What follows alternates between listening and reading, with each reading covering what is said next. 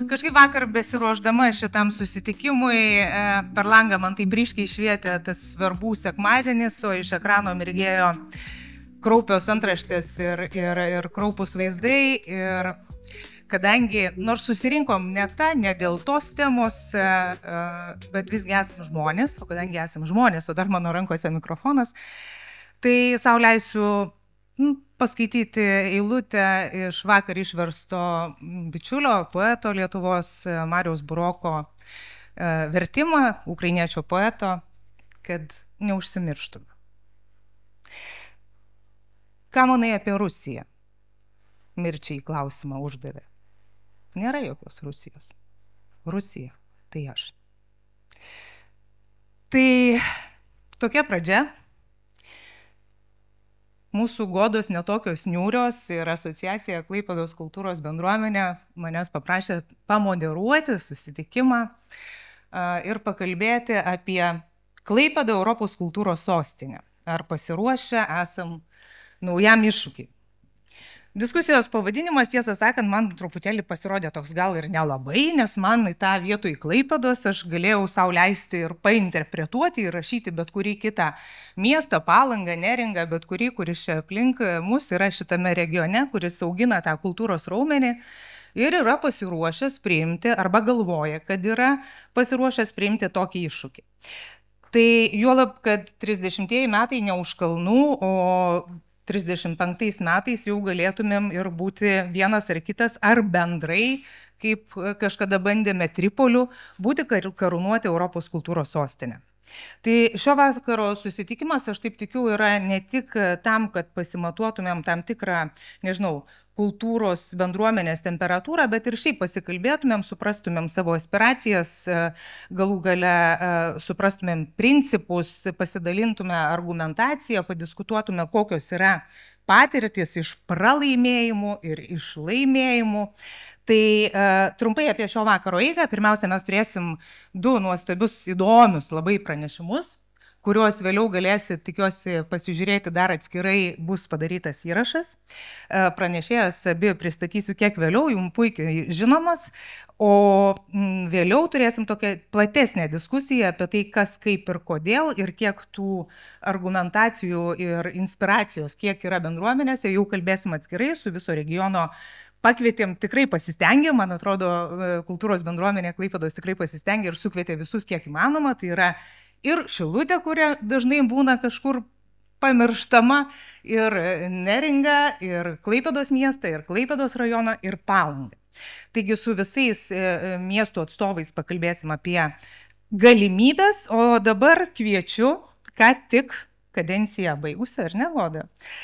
Europos kultūros sostinių atrankos ir stebėsenos komisijos prie Europos komisijos narę Godą Giedraitytę apžvelgti tų konkursų tendencijas, pasidalinti asmeniniam savo įžvalgom, ką pastebėjo per tuos metus, ir galbūt prisiminti tą etapą, kai Klaipėda kovojo su Kaunu ir kokias naudas iš to pavyko išpešti. Tai Goda, atiduodu mikrofoną. Taip. Labą dieną. Tai man toks teorinis galbūt pranešimas kliuvo pradėti šitą pokalbį. Pokalbis galbūt ankstyvas, nes Lietuvai galimybė tapti Europos kultūros sostinė bus tik tai 35-aisiais. Jeigu nieks nepasikeis, Europos Sąjunga neprasiplės naujom šalim ir taip toliau, kas gali dar pailginti tą laikotarpį. Bet turbūt pats laikas pasikalbėti ir padiskutuoti, pajaučiant, kokios yra apskritai vizijos, norai žmonių, ar vis dar yra tas polėkis dūšiuose tapti Europos kultūros sostinė.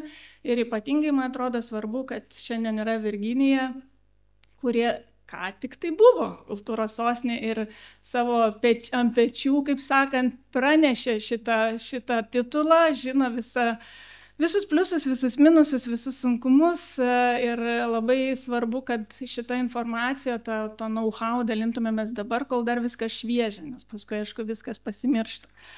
Tai labai trumpai tiesiog jau pristatė, 3 metus turėjau fantastišką galimybę būti Europos kultūros sostinių atrankos ir stebėsenos komisijai. man teko garbė rinkti 27-29 metų būsimas Europos kultūros sostinės. Aišku, teko pavadovauti Klaipėdos paraiškai ir kartu su čia visais sėdinčiais tikrai nemažu būriu žmonių kartu paruošti tą paraišką. Ir su Lietuvos kultūros sostinėm teko pasidarbuoti Klaipėdos, tiek ir Neringos. Tai tos patirties tokios šiai dienai tikrai yra ir šiandien turbūt pasidalinsiu labiau tą teorinę informaciją, bet manau tai svarbu bandant suprasti, kodėl mes norim būti Europos kultūros sostinė. Tai šiaip sostinių anksčiau vadinosi Europos kultūros miestas iki 99 metų, bet istorija mini jau 40 metų. Ką tik tai grįžo Virginija iš Chemnico, kuris dabar yra Europos kultūros sostinė ir kurie būtent paminėjo tą 40-metį. Ir tuometinė Graikijos kultūros ministrė pasakė, kad vis tik kultūra yra esmė, būnant Europos Sąjungai, reikia tokį titulą miestams suteikti. Tai šiaip titulas buvo suteikiamas vienam miestui, vėliau nuo 2007 dviejų šalių miestams ir nuo 20 dar prisijungia kas 3 metus trečiųjų šalių, taip dabar galim vadinti, bet tų šalių, kurios nepriklauso Europos Sąjungai, bet kurios nori tapti Europos Sąjungos narėmis arba tos, kurios yra prisijungę prie Europos ekonominės erdvės. Tai jos irgi kas 3 metus gali pretenduoti šį titulą. Ir iš esmės Europos kultūros sostinė siekia puoselėtas bendrasias kultūros vertybės ir akcentuoja tradicinių šalių narių kultūras, didina jų žinomumą, bet labai svarbu, kad prisideda per ilgalaikės miesto raidos programas, prisideda iš esmės prie pačių žmonių vertybių kaitos, vertybinių nuostatų, elgsenos ir apskritai mentaliteto pokyčiai, man atrodo, yra esminis lūžis, kuris leidžia mums visiems būti Europos kultūros sostinė. Ir iki šiol yra kažkodėl čia man nusikerta kai kas, bet nesvarbu, jau pakalbėsiu. Iki šiol yra 80 miestų buvę Europos kultūros sostinėmis arba būsiantys dar iki to laiko. Tai čia yra iki 20 metų kalendorius, žemėlapis atsiprašau, ir kitas kalendorius iki 32 jau matote, kokie miestai. Tai galim dar čia pasižiūrėti šių metų sostinės Chemnicas ir Nova Gorica, artėja Aulų, Trenčinas ir artimiausia sostinė 27 yra Liepoja, tai visai šalia, arčiau negu Kaunas. Mum arčiau negu Kaunas. Ir paskutinės sostinės, prie kurių rinkimų man pavyko prisidėti, tai buvo Švedijoje ir Lenkijoje. Ir 30 metais dar turėjau galimybę deleguoti pirmą etapą Ukrainos miestą, Liubliną. Tai nežinau, atsiprašau, Lvivą, matau Liublinas ir sakau Lvivą ir nežinau, kam baigsis finalinis komisijos sprendimas, bet Ukraina kaip šalis, kuri pretenduoja tapti Europos Sąjungą, šitą galimybę turi dalyvauti, tai mūsų komanda nusprendė, kad į antrą etapą jie turi teisę eiti. Ir 30 metais galbūt galės tapti Europos kultūros sostinė.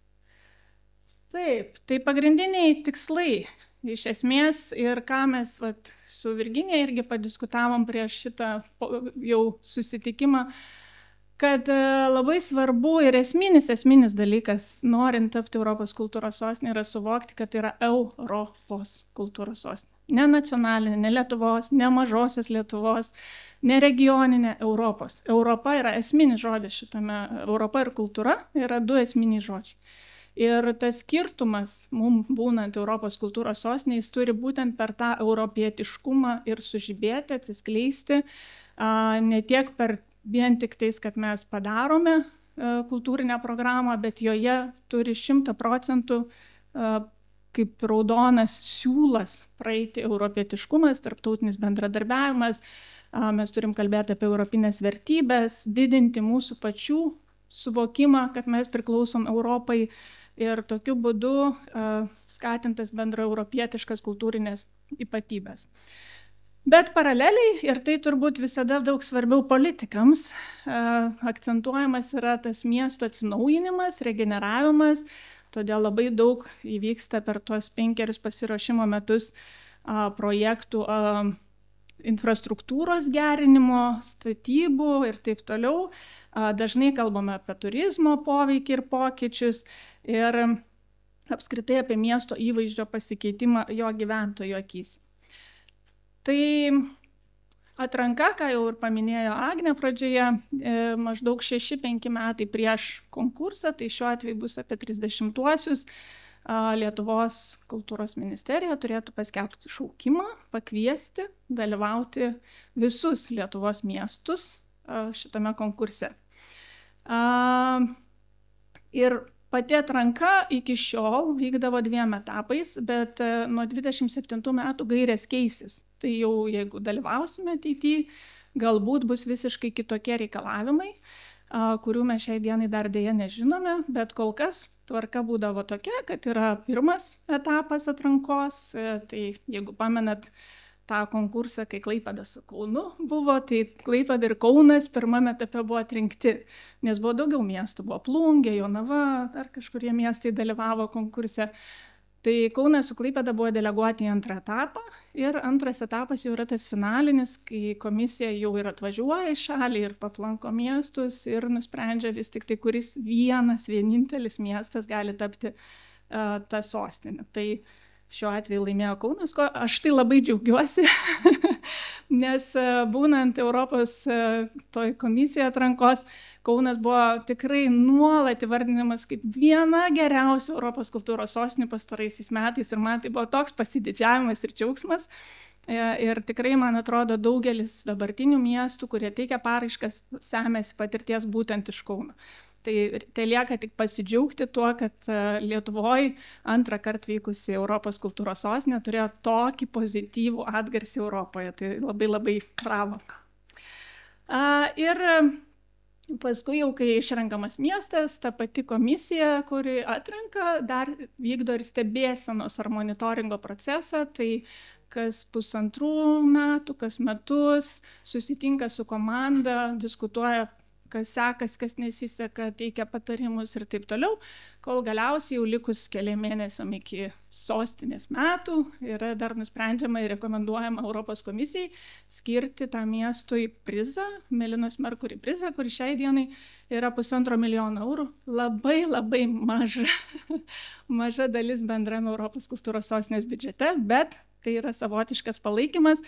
Kiek žinau, dabar diskutuojama tą sumą padidinti, tai nežinau, kiek čia pavyks komisijai, bet tas 1,5 milijono yra toks įvertinimas, kad jau tiesioji, finišo tiesioji. Tai čia tiesiog šiek tiek prisiminimui Baltijos šalių Europos kultūros sostinės, tai kaip sakiau, Vilnius, Kaunas jau yra buvę, Talinas, Tartu ir Ryga, bei 27 metais bus Liepoja. Kas bus 35, pamatysim. Taip, tai kas gali dalyvauti, tiesiog labai praktiniai dalykai, gal ne visada paanalizuojama apie tai, turi dalyvauti miestas. Ir miesto dydis kol kas pagal šitas gaires nesvarbus. Jeigu miestas turi teisės miesto, jisai gali dalyvauti. Gali būti 7 000 gyventojų, gali būti 20 000 gyventojų, gali būti 5 milijonai. Miesto dydis neturi jokios reikšmės, jeigu miestas turi kokybišką kultūros programą ir atitinkamą infrastruktūrą, kurios reikia, kad tą programą įgyvendinti.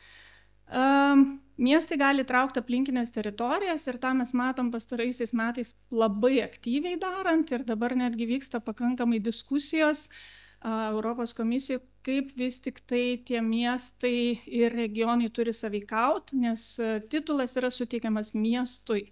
Bet kuomet įtraukiamas regionas, atsiranda daug techninių klausimų, kaip tą regioną komunikuoti, kaip jie prisideda, kiek programos vis tik turi būti regione ir taip toliau ir taip toliau. Bet tas įtraukimas iš esmės yra labai susijęs su finansais, man atrodo tikslingai. Lietuvoje gal ne taip aktualu, bet Europoje, kur yra regionai, kaip tokie administraciniai dariniai, kurie turi pakankamai didelės finansinės injekcijas, tai tas regiono įtrauktis yra labai esminga. Ir tai turi būti kultūros projektas. Kaip sakiau, daugelis politikų ir savivaldos atstovų vertina šį projektą dėl to, kad miestas gali pasikeisti, turi ekonominę, socialinę naudą, bet iš esmės visa tai turi ateiti iš kultūros, per kultūrinę prizmę, per kultūrinius projektus ir liūdyti, kad kultūra vis tik tai gali turėti daug didesnį poveikį negu tik tai meno prasme, bet tiesiog poveikį keisti visuomenę ir keisti aplinką. Taip, tai turi būti į ateitį nukreipta programa, nes irgi neretai susiduriama su tuo, kad miestai teikia jau egzistuojančių projektų paraiškas, tai sudeda visą savo kultūrinį potencialą, kuris jau dabar vyksta. Tai gali būti ir tie projektai, kurie dabar vyksta, bet iš esmės jie turi labai pasikeisti, turi atrasti savo tarptautiškumo kryptį ir panašiai. Ir principas tai yra, kad tai Europos kultūros sostinės programa turi viršyti tas vien tik meninės kryptis, meninės gairias. Turim išeiti į daug platesnį socialinį kontekstą, tarptautinius ryšius ir panašiai. Kaip jau minėjau, tai yra europinis projektas ir labai svarbu, kad visa projekto vizija būtų europietiška ir programa turi būti aktuali ne tik jums, bet ir Europai. Tai čia labai dažnas klausimas, kurį užduodavo komisijos nariai. Tai ką jūsų miestas duos Europai? Tai vat galim visi pagalvoti, ar tikrai turime ką duoti Europai ir ką Europa gali duoti mums. Tai čia tikrai esminiai klausimai pradedant paraišką. Ir tas klausimas įvairiai būdavo atsakomas. Kai kas labai būdavo pasiruošę šitą klausimą atsakyti, o kai kas tikrai nežinodavo, ką vis tik tai jų miestas gali Europai duoti. Ir miestas gali mesti savo iššūkį, daugelis miestų programuose analizuoja pakankamai sudėtingas temas, apie kurias nenori miestas kalbėti, nenori prisiminti. Tai ir antro pasaulinio karo dalykai, ir ryšiai su naciais, ir Sovietų sąjungos klausimai.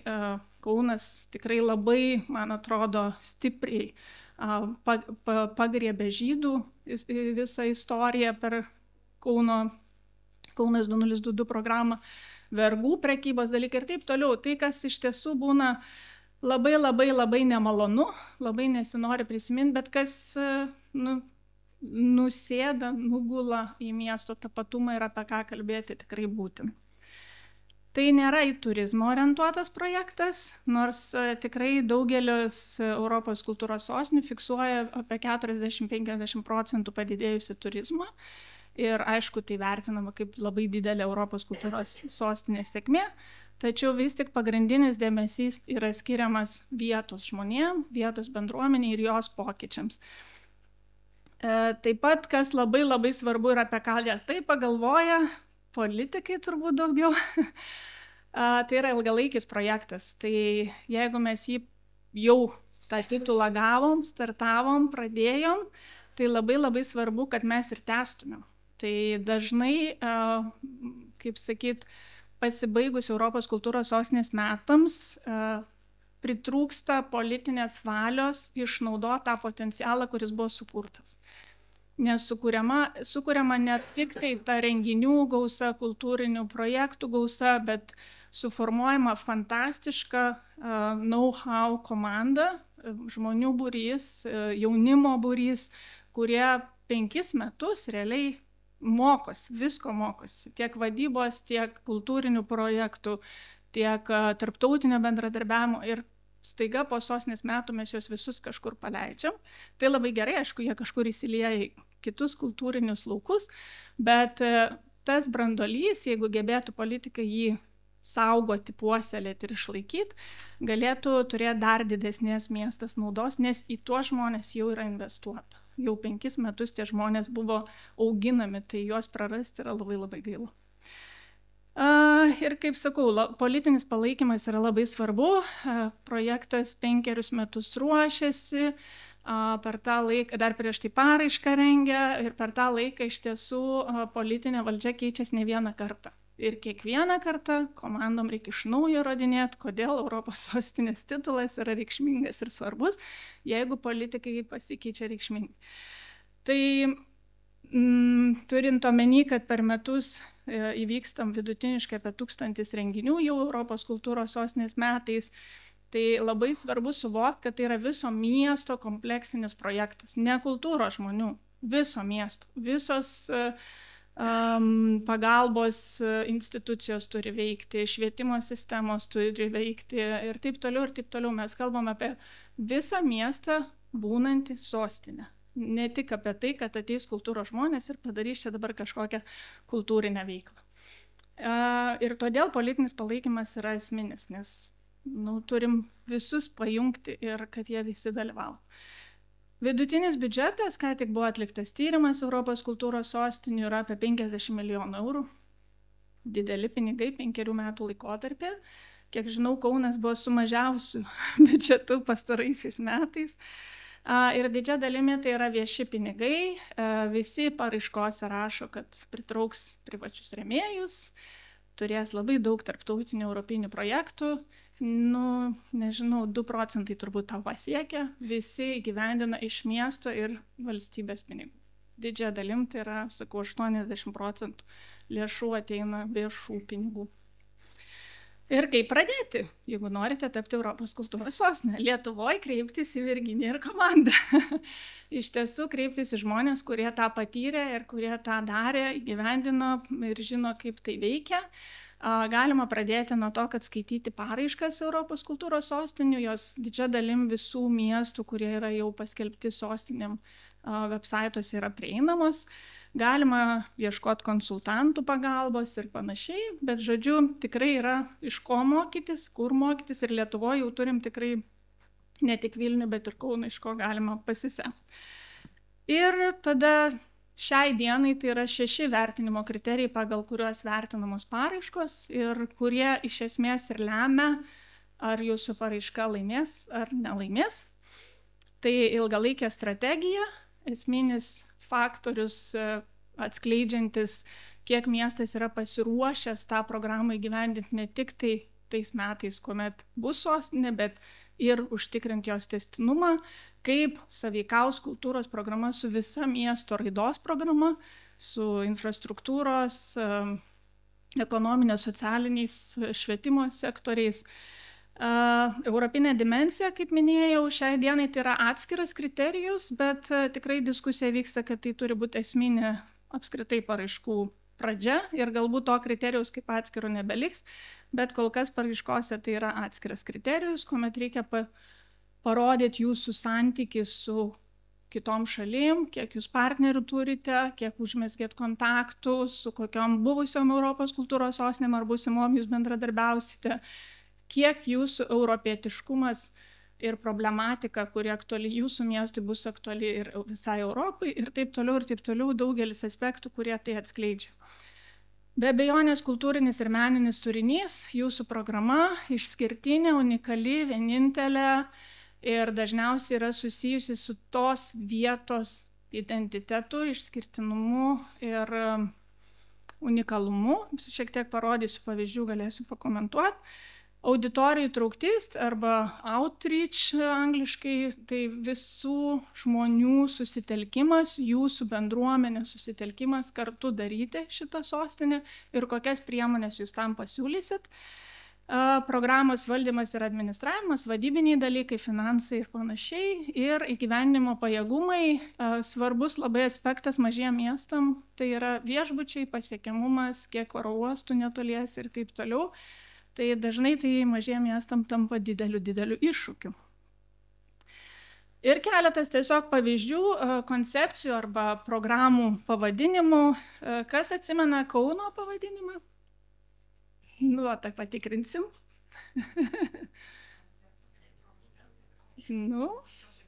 Iš šiuolaikinės. Taip, tai visi miestai rengdami programą vis tik tai ją pagrindžia tam tikrą koncepciją ar tema, tai čia keletas artimiausių sostinių temų.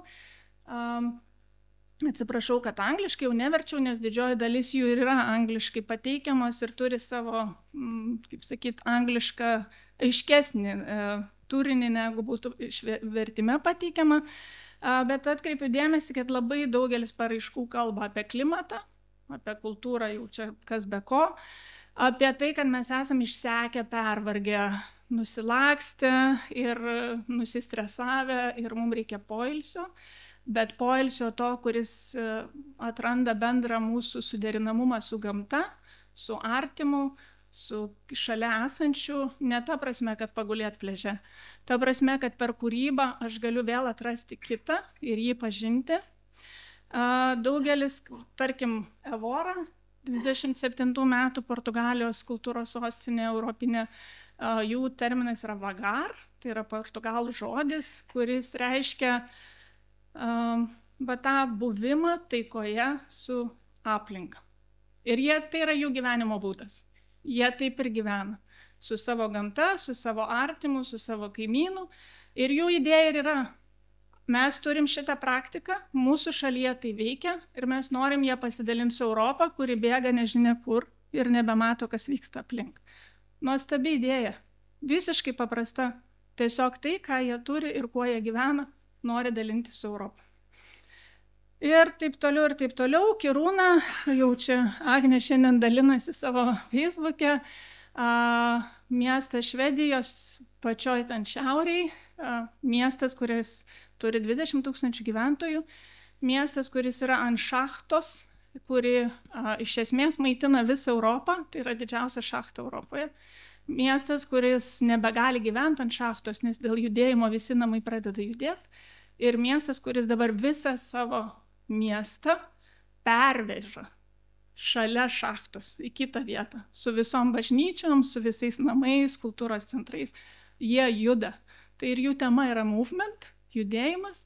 Jie kalba toliau apie tai, kaip svarbu yra judėti teisingą kryptim, judėti per kultūrą, prisimena savo ištakas, samių kultūrą, bet prisimena ir tai, kad jie yra Europos kosmoso stotis, kuri ten irgi netolies, kurie irgi juda. Žodžiu, daug gražių dalykų galima atrasti tiesiog iš to, kas yra pas mus, neieškant kitų šalių, kaip sakyt, patirties integruoti į savo aplinką. Aš jau vėluoju, ne, jau. Gerai, tai čia praleisim šiek tiek.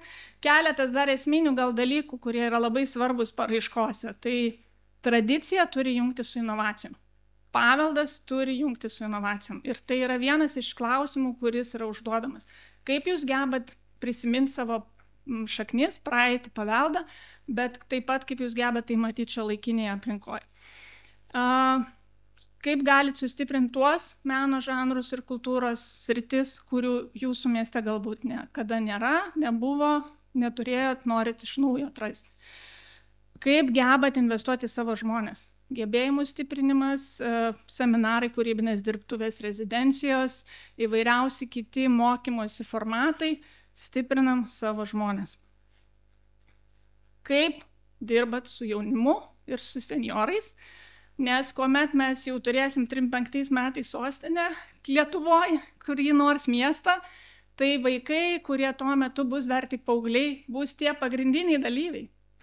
Tai daugelis Europos kultūros sostinių investuoja į būtent tuos vaikus, skiria papildomą finansavimą, veža tuos vaikus į Europą, rodo, kaip jų bendramžiai gyvena ir taip toliau, nes tie vaikai yra esmė, į ką reikia investuoti. Lygiai taip pat, senjorai, mes vis labiau senstam ir nežinau kaip pas jūs, pas mus 3 amžiaus universitetas turbūt yra populiariausi, daugiausiai lankantis kultūros žmonės. Tai vėlgi, kaip juos įtraukti, kaip išlaikyti kartų dialogą, kaip jaunimas turi kalbėti su senaisiais ir taip toliau. Kaip įtraukti žmonės, kurie niekada nebūna kultūrai. Vienas esminių klausimų ir vienas sunkiausių ir su to susiduria visa Europa. Tęstinumas, ką jau minėjau kelis kartus, labai svarbu išsaugoti. Vienas gražesnių pavyzdžių yra Galvai miestas. 20 metais jie išlaikė agentūrą, kuri, kaip ir Kaunas 2022 VŠI, darė visą Europos kultūros sostinę ir tai yra dabar miesto esminė įstaiga tarptautiniam projektam mieste plėtoti visų sričių. Švietimo, kultūros, sporto, nesvarbu. Jie turi visą patirtį ir visus ryšius tam atlikti. Ir kokia ta Europos sostinio ateitis? Tai šiai dienai vyksta tikrai nemažai diskusijų, nes reikia parengti naujas gaires. Ir keli net tyrimai vyksta ir analizės, ką reiktų tobulinti, ką reiktų gerinti, kaip pakeisti. Tai kaip jau minėjau, labai nori visi sustiprinti Europos dėmenį, vis tik tai Europa turi būti esminis aspektas, visi nori sustiprinti kultūros poveikį, šiek tiek norima supaprastinti atrankos procesą, galvojama gal netgi sutrumpinti nuo 5 metų iki 3 visą pasiruošimą, nes per tuos metus irgi vyksta labai daug lūžių pačiose komandose. Kaunas yra vienintelė iš kokių 5 gal komandų per tuos 80 miestų, kurie nuo pradžių iki galo išlaikė savo branduolį. Nes didžioji dalis Europos kultūros sostinių komandų subyra po 2 metų. Ir tada ieškoma nauja komanda. Ir labai svarbu, aišku, tas know-how perdavimas ir taip toliau. Tad, jeigu norime tapti Europos kultūros sostinę, turim visų pirma atsakyti savo į keletą klausimų. Kodėl mes norime ją būti, koks mūsų kultūrinis profilis, kokią viziją mes plėtosim, ką duosime Europai ir ką paliksime po tų titulų metų. Ačiū. Aš dėkoju, kviečiu visus tiesa prisėsti, kurie laukia už durų taip pat. Tai yra vietos tikrai salėje. Goda, dar truputėlį nepabėg, aš dar vieną klausimą ir vieną kitą klausimą ir viskas. Čia labai daug išvardinai, noriu pasakyti, kad tie, kurie čia bandė fotografuoti, tikrai šitas įrašas bus ir Rimantas Navickas, kuris neatlygintinai daro įrašą ir visa tai bus Klaipėdos kultūros bendruomenės puslapyje, jūs viską rasite ir galėsite nuodugniai išanalizuoti. Tai Goda, dar vienas klausimėlis, labai daug informacijos čia pati pasakėjai. Vis dėlto norisi išgirsti iš tavęs kaip komisijos narės, kai tu skaitai paraiškas, kokios yra dažniausios klaidos, kurias miestai daro savo paraiškose, kurias labai paskui būna sunku ištaisyti? Trūkumai ar klaidos? Mes išrenkam jau geriausia. Tai tie, kur daro klaidas, jie nepraeina iki finalo. Bet klaidos tai yra nesuvokimas miesto, kad tai yra miesto projektas. Nurašymas visko ant kultūros žmonių. Palikimas tik kultūros žmonėm kovoti už tą vardą. Tai tas labai jaučiasi, nes gal iš kitos dar truputį pusės pasakysiu, parašyti paraišką gali visi. Dirbtinis intelektas visiems padės parašyti netrukus. Po 10 metų jūs visi rašysit su dirbtiniu intelektu ir nebereiks čia vargti. Esmė yra tame, kaip ta komanda, kuri jau surinkta 10 žmonių miesto atstovauti prieš komisiją, apginti tą miesto vardą, kuris nori būti, kaip ta komanda savo visų vidumi, visais va šalia esančiam ląstelėm, tu matai, kaip jie visą tai darė jie, visą tai paruošė jie, jiems skauda, jie iš ten atėjo iš tų pašaknų į tą kosmosą skrenda. Va tai yra visa sėkmė.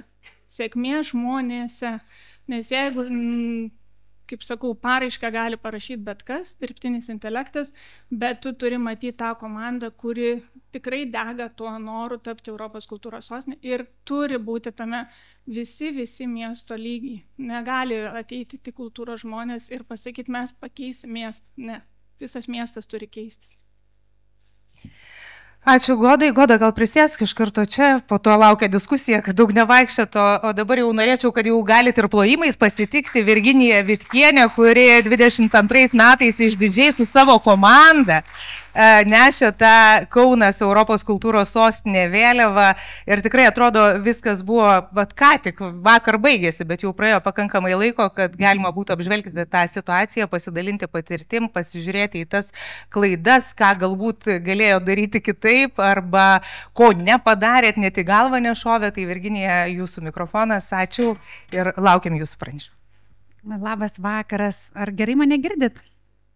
Labai smagu matyti taip gausiai jūs susirinkusius, nes prisimenu 2012 metus, kai lygiai taip pat aš grįžau iš Briuselio vienos iš konferencijų Kūrybiškos Europos, kurioje buvo pristatomos naujos gairės. Va čia ir Goda sakė, kad Europos Sąjunga juda tokiais 7-mečiais ir visom programom naujas gairės kas 7 metus rengia. Tai Vilnius Europos kultūros sostinė buvo pagal vienokius reikalavimus ir dažnai įvyksta nesusipratimas. Kai jau Kaunas dalyvavo konkurse ir laimėjo ir darė programą, tai visi sakė, o Kaunas tai čia daro jau teisingai, o Vilnius darė kažkaip ne taip. Jiems ir reikalavimai buvo kitokie ir jie darė pagal visai kitokius reikalavimus savo programą. Dabar, kai jau bus sekantis miestas, bus šiek tiek vėl atnaujinti reikalavimai, apie kuriuos svarsto dabar daugybė Europos kultūros atstovų. Jeigu manęs klaustumėt, ar verta aplikuoti, tai net ir po didžiulio šito vargo, kuris pareikalavo tikrai nemažai ir jėgų, ir fizinių, ir sveikatos, ir imuniteto silpno, ir ko tik nori, vis tiek kažkas paklausti, ar darytum dar kartą, būtinai tą daryčiau ir net nesuabejočiau. Šiek tiek tokių praktinių dalykų apie Kauną pasakysiu, nes programą vis tiek kažkiek matėte, bet kaip atrodė mūsų, pavyzdžiui, tas administracinis programos ar ne vaizdas, tai Kaunas ir Kauno rajonas gavo titulą, mes turėjome jungtinę paraišką, iš viso 400 000 žmonių buvo tie, kurie gavo naudą iš šito projekto. Tai 300 000 Kauno gyventojų, kuris va štai pilkam viduriukį ir Kaune yra 11 seniūnijų. Ir Kauno rajone berods 19 seniūnijų, jau dabar net ir pamiršau. Ir mūsų tikslas buvo, kad kiekviena seniūnija turėtų savo kultūros hubus, tokias laboratorijas, būtent visuomenėje aktyvuoti, tuos įtraukti, kurie niekad į kultūrą neina, tuos iš toliausios Čekiškės atvežti, pavyzdžiui, čia į kažkokius Baptus ar dar Vilkiją, ar atvežti į Kauno centrą. Tada, kai jie supras, kad pas juos Čekiškiai jie patys dalyvauja kultūroje, jie kuria ir yra savo vietovės kultūros DNR dalis, tokią strategiją mes priėmėm iš pat pradžių, kad pirmiausia, jie dalyvauja savo vietos kultūros kūrime ir taip jie tampa fanais ir aukštosios kultūros ir tai pasitvirtino 100%. Tai procesas vyksta ilgai ir baigėsi labai įspūdingai. Čia nuotrauka yra iš uždarimo spektaklio Kauno arenoje, kuris buvo išparduotas taip, kad žmonės išpirko bilietus net už šitų stulpų, kur nieko nesimato. Ir buvo gaila parodytas vieną kartą, bet nepamirštamas nuostabus spektaklis. Aišku, paraiškos turinį kūrėme atsiremiant į Kauno tapatybę ir gamtinę, ir geologinę, ir istorinę, ir sociokultūrinę, ir tą laikinosios sostinės fenomeną, kuris yra Kauno kompleksas. Taip pat panaudojome ir paraiškoje labai atvirai tos savo visokius trūkumus, stereotipus eksponavome, juokėmės patys iš savęs, kas labai buvo įdomu skaityti žiuri nariams, nes jie tikrai pavargė nuo labai rimtų kalbų. Čia kai ką ir trumpinsiu, nes jau viską labai gražiai Goda pasakė. Mes tai siekiame Kaune pokyčio ir nesijautėm iš tikrųjų, kad konkuruojam pavyzdžiui, su Klaipėda. Aišku, kad mes labai bijojom pralaimėti, nes jūs tikrai turėjot labai daug privalumų lyginant su Kaunu, bet mes konkuravom su savo pačių fantomais ir su savo baimėm ir su savo problemom.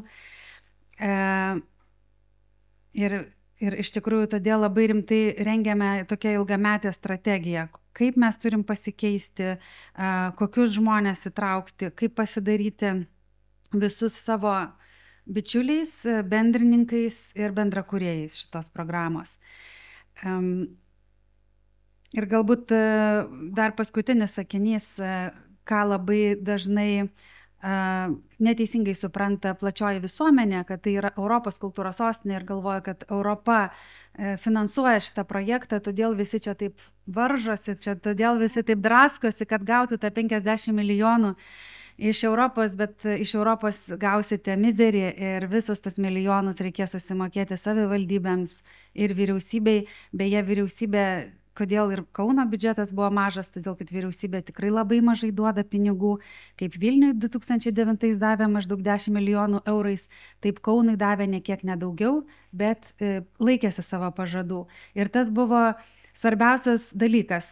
Kauno miestas skyrė 12 milijonų, Kauno rajonas 4. Čia mes paskaičiavom ir paprašėm pagal gyventojų skaičių. Maždaug 40 eurų žmogui ir 10 milijonų skyrė vyriausybė. Ir taip pat turėjome europinių projektų, kaip mūsų partneriai atsinešė didelius europinius projektus ir pinigus. Ir paskui, kai suskaičiavom visų indėlį, tai tikrosios išlaidos buvo 33 milijonai eurų. Ir iš jų 26, būtent vyriausybės ir savivaldybių indėlis. Tai iš tikrųjų partnerysčių mes turėjome labai daug skaičiais, bet 77 Lietuvos organizacijos tai tos, kurios aplikavo su paraiškomis ir buvo kofinansuotos va iš tų 26 milijonų. Tai yra, kad tai buvo lygiavertės sutartys, ar tai vykdanti organizacija VŠI Kaunas 202, ar Nacionalinis Kauno dramos teatras, ar kažkokia kita naujai įsteigta VŠI. Jie dalyvavo finansavimo tinklelyje ir gavo finansus iš to krepšelio. Ir kartu jie turėjo virš 500 savo partnerių. Pavyzdžiui, šiandien atvažiavau su draugė ir kolegė iš Kauno Bienalės. Kauno Bienalė vykdė labai didelį projektą Magic Carpet su paroda, kur turėjo 15 Europos partnerių. Tai mes nuo biuro turėjom vieną partnerį, bet Bienalė turėjo 15 Europos partnerių su savim, tai jau 16 organizacijų. Ir kai suskaičiavam tos dalyvius, tai aš pati negaliu patikėti, bet žinokit, tikrai jų dalyvavo 19 000 per visus tuos 5 metus. Beje, mūsų puslapis vis dar veikia, kaunas2022.eu, ir ten mes 23 metais dirbam, kad paverstume jį archyvu, ir visi mūsų leidiniai, metodologijos, paraiškos knygos, viskas tenai yra sudėta. Aš negaliu dabar prisimti pažado duoti, kad ilgai veiks tas puslapis, tai jeigu kažką norite parsisiųsti, tai ten nueikit, susisiųskit visus leidinius, metodologijas ir turėsit savo kompiuteryje. Taigi lankytojų buvo 2 milijonai, beveik 400 000. Čia nuo 17 metų, nes mes vos tik laimėję titulą, jau 17 paleidome ir kūrybinės programas, mokymų programas. Ir kas metai auginome festivalius, kai kurie festivaliai jau 18 prasidėjo ir 22 buvo 4 kartą, 5. Ir iki šiol jie vyksta.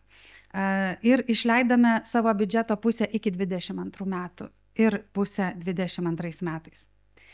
Labai retai kas tai pasirenka. Kaupėsi, ten savivaldybės duoda per mažai pinigų pasiruošimui, tada komanda neturi iš ko užaugti, kompetencijų užsiauginti. Ir galutiniais metais, atsimenu, bendraujam iš Rumunijos su kolegiam ir sako, mums jau pagaliau paskyrė tos 15 milijonų. Mes net nespėsim nei viešųjų pirkimų, nei konkursų padaryti, kad juos išleistume. Taigi čia labai reikia sustyguoti tą administracinį valdymą ir geranoriškumą, reikia iš finansuotojų suprasti, kaip užaugama iki tol, kol maža organizacija gali išleisti per metus 15 milijonų ar 30. Jis turi prieš tai būti išleidus bent po 2, 3, 5 milijonus per metus, prasmingai, ilgalaikiškumui tam kurti. Nežinau, ar jūs žiūrit, man pačiai tai jau tokie mažiukai skaičiukai čia pas mane ekrane, yra visokių gražių skaičių, kokius projektus įgyvendinom, tai sukūrėm ir filmų, leidinių beveik 50 išleidom, daugiausiai ir lietuvių ir anglų kalba jie būdavo. Ir 97 festivalius pasikartojančius įgyvendinom. Ir per tuos 5 metus virš 3000 renginių vyko, o 22 metais 1590 renginių įvyko Kaune, o kitos iniciatyvos, tai čia šalia tų renginių, kitos iniciatyvos 4000 ir daugiau buvo tų bendruomeninių veiklų, kur aš rodžiau žemėlapį. Kiekvienoje iš seniūnijų šiltų metų laiku, kiekvieną savaitę, iš pradžių mes apmokėme fasilitatorius, kad žmonės žinotų, kaip dirbti su bendruomenė, kaip sujungti jų visus lygius, kaip ir minėjo Goda, mokyklą, darželį, kažkokio privataus kavinės šeimininką, su kažkokio biblioteka, bendruomenės centru, galbūt kažkokiu sporto klubo ar laisvalaikio kažkokius mėgėjus visus sujungti ir ieškant bendrų interesų. Tai tą darė mūsų pasamdyti ir algas gaunantys žmonės ištisai visus tuos metus, mėnesis po mėnesio. Ir vėliau, kai bendruomenė sujungdavo ir apklausdavo, kas jam įdomu, kviesdavo profesionalius menininkus su jais kurti, ar tai spektaklį, ar oratoriją kartu, ar sienos piešinį pagal jų gyvenimo istorijas. Tokiu būdu apklausose matėsi, kad žmonės tikrai žinojo, kame jie dalyvauja ir jautėsi prisidėję prie įgyvendinimo. Labai sėkmingi mūsų buvo komunikacijos rezultatai, nes iš tikrųjų turėjom visokių pozityvių žinučių ir per turinio įdomumą mus nemokamai imdavo įvairūs žiniasklaidos kanalai, iš pradžių Lietuvoje, bet vėliau ir užsienyje. Tai Lietuvoje virš 14 000 įvairių straipsnių, radio ir TV reportažų ir 66 pasaulio šalise 2800 publikacijų, kurių vertė būtų daug daugiau už tuos milijonus, jeigu reikėtų tuos straipsnius nusipirkti, tai už visus mūsų 30 milijonų tai kainuotų brangiau.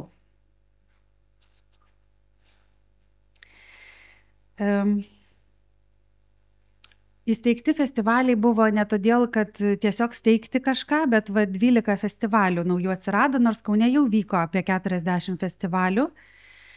Bet šiti gimė iš mūsų paraiškoje išsakytų tokių poreikių, kuriuos mes įsivaizdavome, kad mūsų miestui trūksta.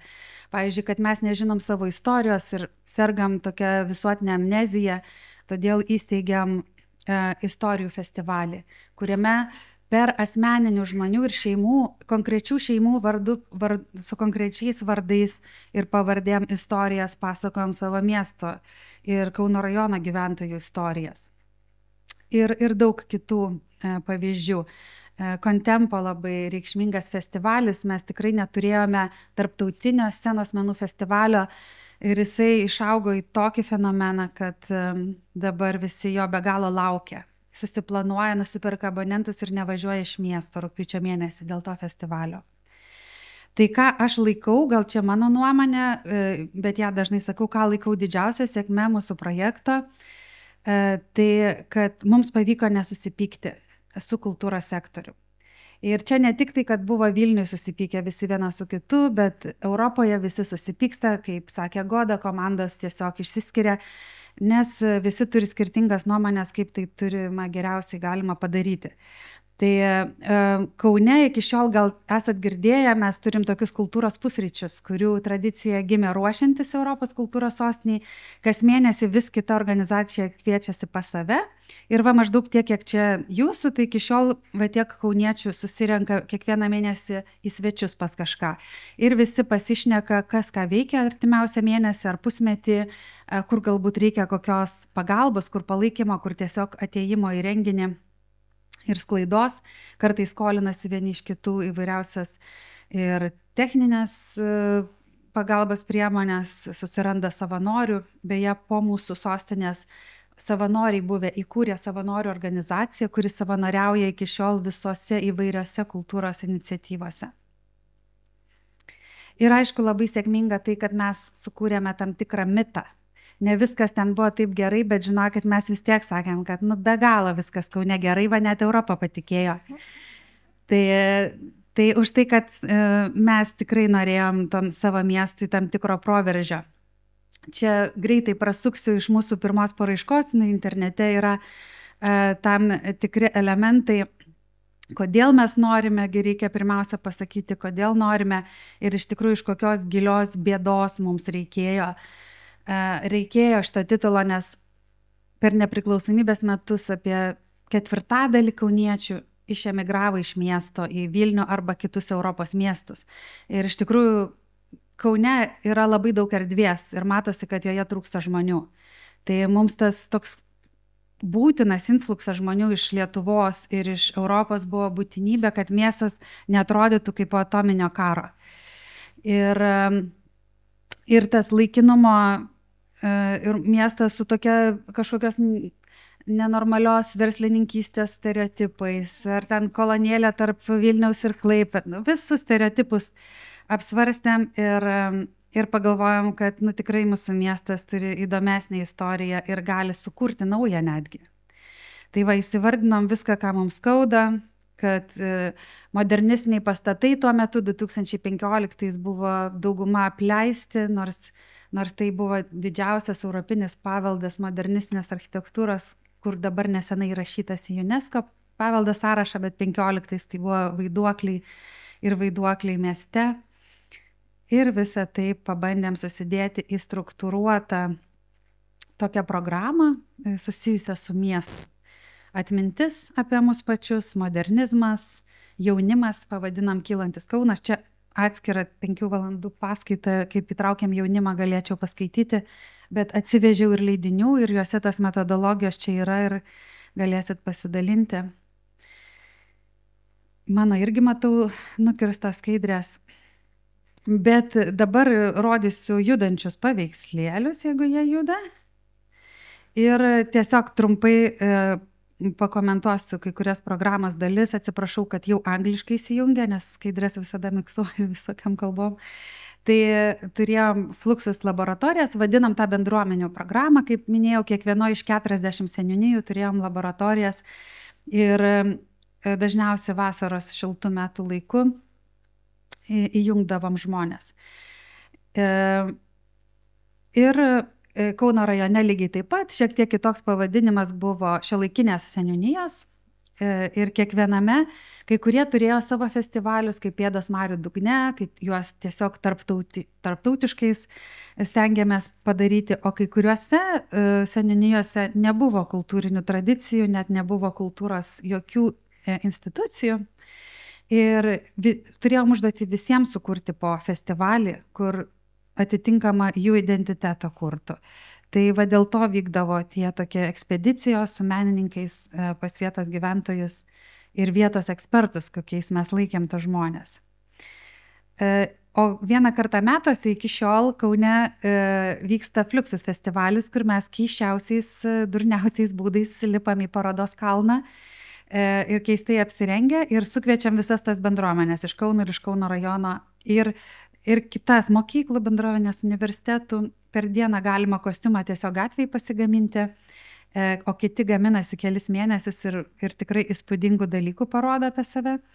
Ir tada užlipę ant kalno žolynę irgi švenčiam.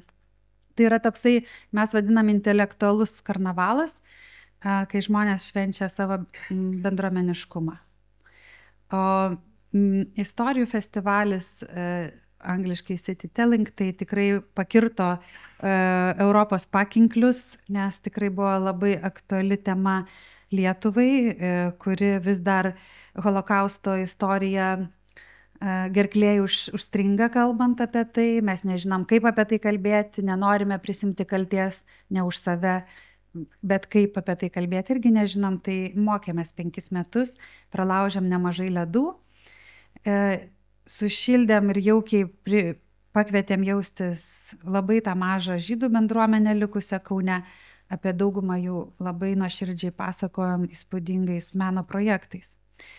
Audra tai jaunimo festivalis, kuris kulminavo 22 metais 10 000 lankytojų per kelias dienas. Įspūdingas, ypatingai sėkmingas jaunimo festivalis, kurį sukūrė pats jaunimas. Kai mes laimėjom 17-ais, įjungėm maždaug 15-mečius, 17-mečius, 22-ais jie buvo 22 ir jie darė šitą festivalį. Ir jie iki šiol daro kartu su elektroninės muzikos profesionalais, bet meninę programą daro absoliučiai tie jauni žmonės. Ir toliau tie jauni žmonės moko kitus jaunus žmonės, įsisteigė savo VŠI ir juos toliau įtraukia į šito festivalio kūrimą. Mano išgirtas kontempo, tai pats mylimiausias rugpjūtį, užsirezervuokit atvykimą į Kauną. Šiais metais nuo rugpjūčio pradžios vyks jau turbūt 6. festivalis. Modernizmas buvo labai aktuali tema, subūrėm virš 300 modernistų mylėtojų. kurie apie Kauno pastatus galėjo papasakot, pažadinti naktį ir juos buvo galima užsisakyti kaip gidus atvažiavus į Kauną ir su jais pasivaikščiot po miestą. Ir mūsų didžioji laimė, kad vyriausybė 22 metais įsigijo šitą architektūros šedevrą Kauno centrinį paštą ir jau įsteigė įstaigą Nacionalinis architektūros institutas ir pastatas laukia renovacijos ir aš žinau, kad tuo pačiu vyriausybė įsigijo ir Klaipėdos buvusi paštą ir tikrai labai linkiu, kad irgi jeigu aplikuosite Europos kultūros sostiniai, kad tas pastatas iki to laiko jau taptų tam tikra vieta Europos kultūrai susitikti. Labai labai linkiu tą pastatą prikelti kultūrai ir mes irgi Kaune stengsimės tą daryti. Vienas iš pavyzdžių įspūdingas tai buvo filmas sukurtas, kuriame pagrindinis vaidmuo yra Kauno architektūros. Architektūra yra pagrindinis atlikėjas ir čia nuostabi airių menininkė įjungia 500 kauniečių iš viso kurti šitą filmą ir filmas buvo sukurtas griežto karantino sąlygomis. Iš viso, kai jinai atvykdavo į Lietuvą, jinai turėdavo 2 savaitės būti izoliacijai ir tik tada galėdavo su kauke ir per daug metrų su kažkuo susitikti ir jinai sugebėjo įtraukti 500 žmonių, kurie ir sukūrė siužetą, atrinko pastatus, kuriuose nufilmuota, patys šoko vaidina, darė makijažus, kostiumus, kepė tortus, kurie čia irgi tame procese dalyvauja ir taip toliau. Tai didžiausias bendruomeninis projektas filmo kūrime. Filmas keliavo po tarptautinius festivalius, jį jau įsigiję yra 3 muziejai visam pasauly. Puiku. Taigi, mūsų ištiko kelios didelės labai krizės. Mentalinės, tai buvo pirma COVID-as, antra buvo karas, lygiai prasidėjus mūsų metams. Nespėjom atverkti mes tų prisiminimų apie holokaustą ir staiga ištiko nauja tragedija Ukraina ir mus taip pat kartu, kur pasirodė beprasmiška čia švęsti, leisti milijonus, kai pas mus plūsta tie tūkstančiai ukrainiečių ir kadangi mes panaudos sutartim pašto pastatą buvom metams išsinomavę ir jame parodas darėm tik pirmuose 2 aukštuose, tai 3 aukštą greitai išvalėm, išplovėm ir jau kovo 17 berods vietoj Laimės dienos paskelbėm Laisvės dienas ir visus pinigus skirtus Laimės dienos šventimui paskyrėm šito centro veiklai ir nukreipiam visus likučius, visus ten bilietų įplaukas į tai, kad ukrainiečius priimti, daryti jų parodas, diskusijas. Aišku, tas pastatas buvo labai šaltas, jis nekūrenamas jau daug metų, tai ten nebuvo labai jauku, bet pastanga buvo didžiulė būti kartu su Ukraina. Ta taip pat labai pastebėjo Europos komisija. Kauno rajonas tai mūsų vienas infrastruktūros projektas, kuris dar vis tęsiasi, tai yra Kauno centrinis paštas, kuris yra palikimas programos. O Kauno rajonas įsidrąsino ir patikėjo mūsų visai crazy idėją nesupjaustyti jau nurašyto žemkasės laivo, bet paversti jų plaukiančių kultūros sodų. Kai mes čia tokiam blizgančiam akim pasakojam, tai savivaldybės žmonės taip rimtai linksėjo, niekaip neįsivaizdavo, kas čia bus. Bet žinokit, investavo 200 000 į tą geležį ir dar prieigas padarė už 100 000 amfiteatrinius sėdėjimus ir iki šiol su profesionaliais gamtininkais pasodinti augalai tą laivą daro vis nuostabesniu kiekvieną pavasario sezoną, bet ten yra ir parodų erdvė, parodas rengiamos, koncertai. Ir noriu tikrai padėkoti pagrindiniams rėmėjams, kuriuos čia ir rodau. Tai Kauno savivaldybė, Kauno rajono savivaldybė, ministerija arba vyriausybė ir Europos komisija, kurios 1,5 milijono Kauno miesto savivaldybė panaudojo tęstinumo finansavimui ir 23-24 metų naujai sukurtų festivalių toliau finansavimui. Tai aišku, aš lauksiu jūsų klausimų, nes turiu daug praktinių atsakymų.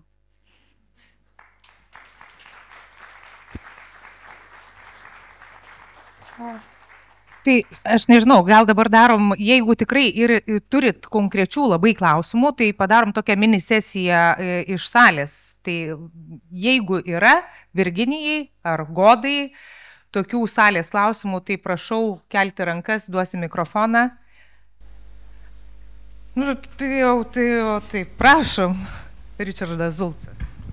Mano klausimas būtų toks, Goda, minėjai, kad infrastruktūroje yra skiriamos lėšos, bet lankydamėsi Liepojoj mes, pavyzdžiui, sužinojom, kad Latvijos vyriausybė neskiria visiškai infrastruktūrai, tik tai minkštosioms veikloms.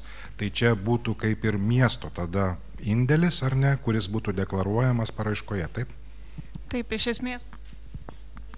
Iš esmės, tai kiekvienas miestas apsisprendžia, ar jam reikia infrastruktūros ar nereikia. Pastarųjų metų kelios sostinės apskritai atsisakė investicijų, nes tai milžiniški pinigai ir miestai nebenori investuoti. Tai daugelis miestų naudoja, pavyzdžiui, esamas, ką Virginija dabar, paštą, pavyzdžiui, ir pritaiko meniniam reikmėm, kultūriniam reikmėm, be didelių investicijų statyti naują objektą, bet būtent tiesiog adaptuoti tai, kas jau yra. Tai ir mes turim paštą. Tai ta prasme galima tikrai panaudoti daug erdvių, kurios yra apleistos, pamirštos ar panašiai, bet šitas biudžetas kapitalinių investicijų yra atskirai nuo tų minėtų 50 milijonų. 50 milijonų yra veiklai. O papildomos kapitalinės investicijos yra visiškai atskiri biudžetai, ten dar didesnės sumos, tai čia jau kiekvienas miestas apsisprendžia, ar jie nori kažkokią investiciją į kažkokį objektą, ar nenori. Aš siūlau tada pereiti prie diskusijos ir kviesiu ir Godą Giedraitytę, ir Virginijai labai dėkoju. Aš manau, kad tiem, kam bus aktualu, tikrai galės persižiūrėti įrašą ir aš manau, kad Virginija tikrai neatsisakys patarti, jeigu paskambinsit ar parašysit laišką. Ir dabar jau kviečiu žmonės padiskutuoti iš skirtingų Klaipėdos rajonų. Tai yra... Štai... Iš Klaipėdos rajono. Tai pirmiausia, pradėsim nuo svečių. Neringa vicemeras Narūnas Lendraitis, Palangos kultūros skyriaus vedėjas Robertas Trautmanas, Klaipėdos savivaldybės kultūros, sporto ir turizmo departamento direktorius Ričardas Zulcas, Klaipėdos rajono savivaldybės kultūros skyriaus vedėjas Gintautas Bareikis ir Šilutės kultūros skyriaus atstovė, vadovė Vilma Griškevičienė. Taip pat kviečiu čia. Ir, pabėgo pultas, prašau.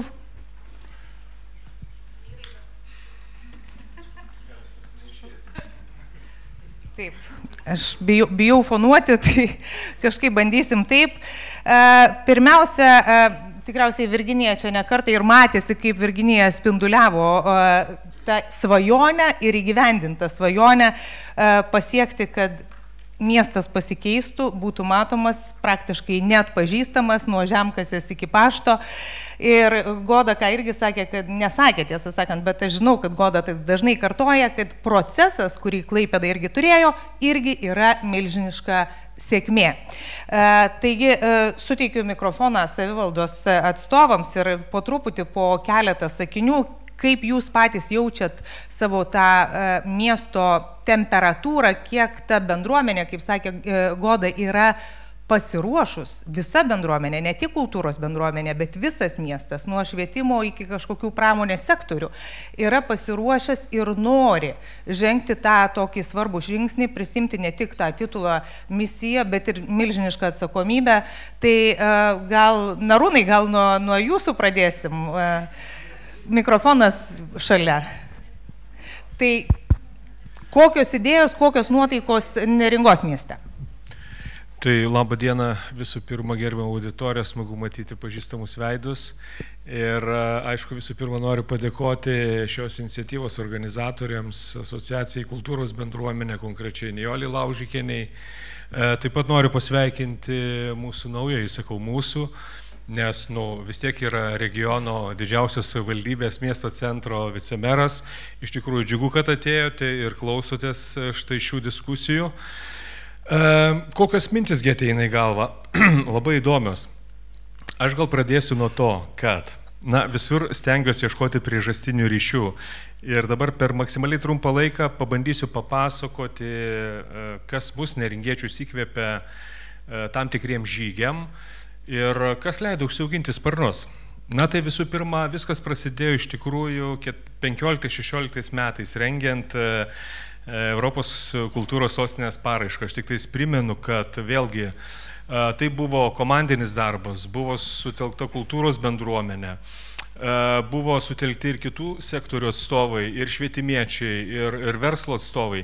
Beje, paraišką rengė Goda, man tuo metu teko, su komanda, taip aš sakiau Goda, su komanda, man tuo metu teko garbė vadovauti kultūros skyriui, buvo departamento nuostabi vadovė. Tai aš kodėl tą pasakoju? O todėl, kad tam tikri dalykai tiesiog išvirto į visai kitus projektus. Nes jeigu nebūtų tos idėjinės bazės, nebūtų sugeneruotos tos kryptis ir labai konkrečios idėjos, ką daryti šitame mieste, mes ko gero nebūtumėm Lietuvos kultūros sostinė. Tai vienas dalykas. Antras, jeigu kalbėti apie Neringą, vėl yra priežastiniai ryšiai. Pavyzdžiui, mes turime iki šios dienos veikianti vieną kultūros projektą, kuris kalba beje apie mūsų regioninę tapatybę, apie dailės palikimą, apie tai, ką turi ir Klaipėda, ir Neringa. Aš kalbu apie Nidos dailininkų koloniją, apie Domšaičio galeriją. Jūs galite pagalvoti, toje dar 14-15 metais rengtoje paraiškoje buvo užfiksuoti ant popieriaus lapo dalykai. Jie toliau vyksta. Tomo Mano kultūros centras toliau įgyvendina projektą Nuostabiosios žemės beieškant. Jis toliau vyksta. Toliau kas vyksta? Toliau ta pati Goda, mes ir Klaipėdos, ir Neringos kultūros sektoriaus lyderiai sakom, žinot, mums reikia ambicijų, reikia daryti pokytį Neringoje. Ir mes jį padarėme. Ir kas įdomiausia, pavyzdžiui, iki šios dienos mes turime toliau veikiančius projektus. Turime festivalį ant žemę, turime tą patį projektą Nuostabiosios žemės beieškant, jeigu dabar prisiminčiau, yra ir daugiau tų projektų. Tai vėl, pasakoju tam tai, kad vis dėlto tas procesas, jis yra pats iš savęs labai reikšmingas. Jisai sutelkia politikus, savivaldos žmonės, jisai sutelkia biudžetinio sektoriaus vadovus, darbuotojus, nevyriausybinį sektorių, sutelkia net tokius žmonės, kurie nieko gyvenime bendro neturėjo su kultūra. Ir staiga jie į ją ateina ir kažką tai kuria. Ir visiškai pabaigai, labai svarbus iš tikrųjų yra politinis palaikymas. Ta galiu pasakyti iš savo asmeninės patirties ir dar šiandien iki diskusijos mes kažkaip tai irgi su kolegom diskutavom, aš kai lankiausi beje kartu su Richardu, čia Richardo iniciatyva buvo Zulco kartu Neringa Klaipėda nuvažiuoti iki Liepojos, susitikti su meru, su agentūros, kuri, reiškia, gyvendins Europos kultūros sostinės žmonėm. Jie pasakė labai paprastus dalykus. Ir tai yra tiesa, nes tas kelias jisai nėra labai lygus, jis yra vingiuotas, yra kritimai, kilimai. Čia vat yra bėda, kad mes patenkame į tą rinkimų visokį ciklą, žinot, ir ateina nauji žmonės. Bet tai yra normalu, tokia yra mūsų demokratinė sąranga, mes čia nieko negalime pakeisti. Bet ką mes tikrai galime padaryti, visi kultūros žmonės pasistengti įtikinti skaičių, tyrimų kalba. Nes aš kodėl dabar apie tai kalbu, labai svarbu politikams, tarybos nariams, miestų, rajonų vadovybių atstovams rodyti skaičius, vis dėlto kokią pridėtinę vertę kuria kultūra. Ir kai tu visą tą tokį jausmą konvertuoji į skaičius, dalykai pradeda rikiuoti, žmonės pamato. Taip, iš tikrųjų, tai yra ne tik, sakykime, skambėjimas ten europiniu mastu, ne tik turizmas, beje, irgi labai teisingai Goda pasakė, tai yra ir nebijojimas pasižiūrėti į savo problemas, žaizdas, apie kurias mes paprastai vengiame kalbėti, bet tai reikia apie jas kalbėti, jeigu mes norime gyventi geriau. Viskas, daugiau nebekalbėsiu. Gerai, tai taip, keliaukim toliau per savivaldybės, tai ar jūsų bendruomenė turi tą norą, ambiciją, auginasi tą raumenį kultūrinį pabandyti, duoti Europai kažką, kaip Goda sakė, europiniai dimensijai, kažkokią idėją ir kažkuom dalintis? Tiesą pasakius, jau 15-17 metais, kai Goda pakvietė ir Palangą prisijungti prie šito projekto, prieš tai buvo mano kolega Vygantas Rekašius, Aš tuo metu irgi dirbau kultūros skyriui ir buvau atsakingas už tarptautinius santykius, supratau, kad Palanga tikrai realiai tinka šitam projektui, nors prieš 10 metų, jeigu kalbėti apie tą pačią infrastruktūrą, kai mes turėjom sudegusi kurhauzą, medinę dalį, kai mes neturėjom koncertų salės, neturėjom kurorto muziejaus, tai viskas yra. Ir kurorto muziejus, ir atstatytas kurhauzas, yra 3 salės ir koncertų salė turim. Aišku, infrastruktūros prasme, manau, kad džiugu, kad Palanga turi tokias galimybės ir yra politinis pritarimas. Ir kaip ir minėjau, pasigyriau Narūnui apie tai, kad berods buvo čia kalba ir klausimas Godai, kaip į tą infrastruktūrą, ar galima būtų iš to projekto skirti. Tai galiu pasakyti, kad miestas turi labai daug iššūkių ir ambicijų ir pastatyti tiek dar vieną salę, tai yra kultūros meno rūmus ir nacionalinio lygio galeriją. Tai yra toks, galbūt bus vienetinis, sakysim, toksai kaip galerijos variantas. Taigi labai stiprinam ir Šventosios pačią bendruomenę.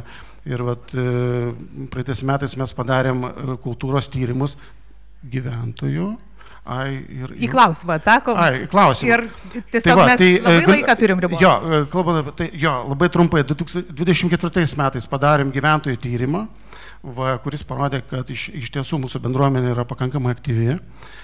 Visos tos, mes turim tokį vieną seniūniją, Šventosios seniūniją, kuri realiai po truputį jau tampa aktyvesnė. Investuojam tikrai labai nemažai į Šventąją ir praeitais metais, grinai po tyrimo, susiskambinau su Klaipėdos kultūros skyriaus vedėju, su Pauliumi ir su Narūnu ir padarėme tokį nuotolinį susitikimą ir kaip ir buvo pirmoji tokia žinutė, kad mes galbūt pradedam apie tai kalbėti arba atnaujinam tą pokalbį. Taigi Palanga sako taip tam dalykui ir nori prisijungti prie šito projekto. Tai suprantu, politiniam lygmenį pokalbiai jau vyksta, ar ne? Tai gal ir... Kalbant apie Palangą, taip. Kalbant apie Palangą individualiai ar kartu teikiant paraišką su kitom savivaldybėm? Taip, tai šiais metais darėme kartu, meras darė infrastruktūros pristatymą, aš dariau kultūros tiek 24-25 metų tokia kaip analizė ir vienas iš iššūkių buvo būtent startuoti ir dalyvauti, būtent teikiant paraišką Europos kultūros sostinį. Tam dalyvavo tikrai pusė tarybos narių ir visų buvo pritarimas. Tai Palanga sako taip, tokia ambicija yra ir politinis palaikymas yra. Taip. Klaipėda. Dėl reikšmės kultūros Europos sostinės aš nekalbėsiu, tikriausiai visi supranta, kad tai yra reikšmingas projektas, jis duoda tvarų poveikį, tačiau norėčiau tai padiskutuoti apie tai, ką mes kaip Klaipėda arba Klaipėdos regionas arba Vakarų Lietuvos regionas galėtume Europai apskritai duoti. Aišku, mes galėtume duoti problemų sprendimus. Tai tos problemos kaip ir buvo įvardintos. Tai yra susitraukianti Lietuva, mažėjantis skaičius žmonių, mažėjantis skaičius kultūros įstaigose, ta prasme ir mokymo įstaigose, mums trūksta muzikantų, mums trūksta kultūros vadybininkų, mums trūksta ir apskritai paslaugų sektoriaus darbuotojų. Tai čia ne vien tik tai kultūros sektorius, taip. Tai tik tai dar vieną gerą pavyzdį galėčiau priminti, kad kažkada tai Klaipėda dalyvavo viename Urbakt projekte, kuris buvo skirtas jaunimo problemų sprendimui. Tai būtent išvažiuojantis jaunimas, ar ne? Ir iš šito projekto, iš Urbakt projekto gimė jaunimo sostinės projektas.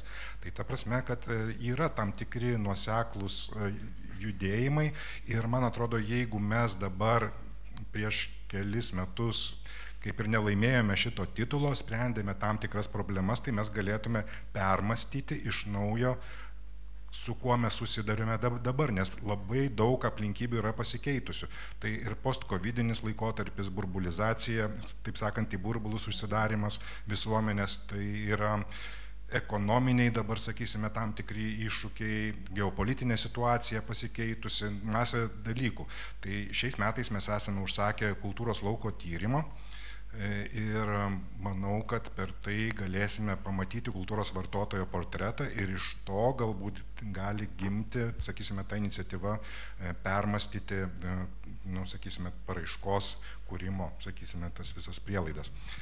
Tai čia vienas dalykas, dėl skausmingų istorijos momentų, tai mes taip pat turime ką dar permastyti ir perdirbti, ar ne. Noriu priminti Rutki Belkos Laizarovic gerą projektą, vadinosi Ercel Café. Tai buvo susitikimas su žmonėmis, kurie turėjo labai tokius sunkius likimus, ar ne, ir jiems buvo labai sunku kalbėti, bet jie įsišnekėjo ir tai buvo dokumentuota. Na, mes turime Sigitos Kraniauskienės knygą, kur taip pat likimai yra dokumentuoti. Tai ta prasme, potencialo yra, problemų yra ir mes iš tikrųjų galėtume Europai duoti tos atsakymus. Ačiū, Ričardai. Ir Klaipėdos rajonas tarsi taip buvęs už borto to Tripolio, bet vis tiek visai šalia, kultūriškai, ekonomiškai, nes daugybė klaipėdiečių gyvena, niekam nepaslaptis Klaipėdos rajone. Tai kokios intencijos, kokios aspiracijos tenai? Būtų gerai, kad tie gyvenantis dar ir deklaruotų.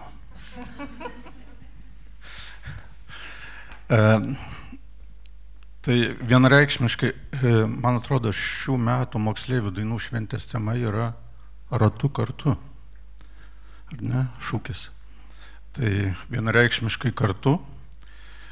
Turim šiokios tokios patirties su Klaipėda 17 metais, bendradarbiaudami kultūros sostinės, mažosios kultūros sostinės kontekste. Klausydamasis kolegų, mąstau, kad su Robertu turim jau temą sudegę. Jie sudegino Kurhauzą, mes visą Gargždų miestą 45. Dar ir Klaipėda. Tai va, viskas čia labai panašu. Jeigu kalbėti... Bendra tema gaisras, suprantu. Ja, jeigu kalbėti apie finansus ar politinį palaikymą, aš to neabejoju, tas 40 eurų, kurie 35 bus greičiausiai apie 100 eurų, ar ne? Tai Klaipėdos rajonas, manau, kad pasiruošęs tam. Nespėliosiu, kas 35 taps meru, bet bendrai manau, kad čia nesunkiai įveikiami dalykai. Pats iš savo padėties, žiūrėdamas į kolegę Kristiną, truputį nuogastauju ir nerimauju, nes kai Kristina Kauno rajone dirbdama kultūros skyriuje padarė Europos kultūros sostinę, tai savo laivelį teko prišvartuoti Drevernui ir pabėgti iki Klaipėdos miesto kultūros skyrių. Tai, nežinau, ta perspektyva tokia įdomi, bet per daug nesijaudinu, nes 35 bus ta mūsų seniorų grupė, kuri stebės. Trečio amžiaus universitetas, sakė, labai aktyvus. Tai... Duok Dieve. Ačiū, kad paklausė. Ačiū ir Šilutės rajono vienas iš miestelių, Švėkšna, šiais metais yra irgi mažoji Lietuvos kultūros sostinė, kaip ir Dreverna. Tai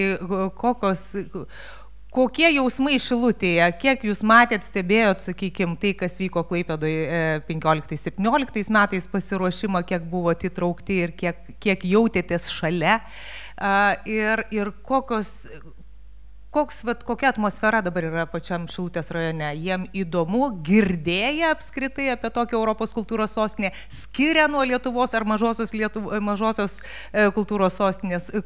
Kokia yra situacija? Sveiki.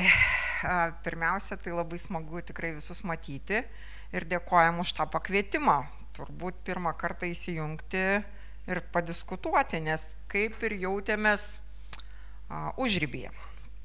Tai labai ačiū visiems. Šilutė su sostinėm, tai ten turi daug sąsajų. Ir etnografinio regiono sostinė, ir mažųjų Lietuvos kultūros sostinių jau ne vieną turėjom, bet turbūt ne apie tai kalba.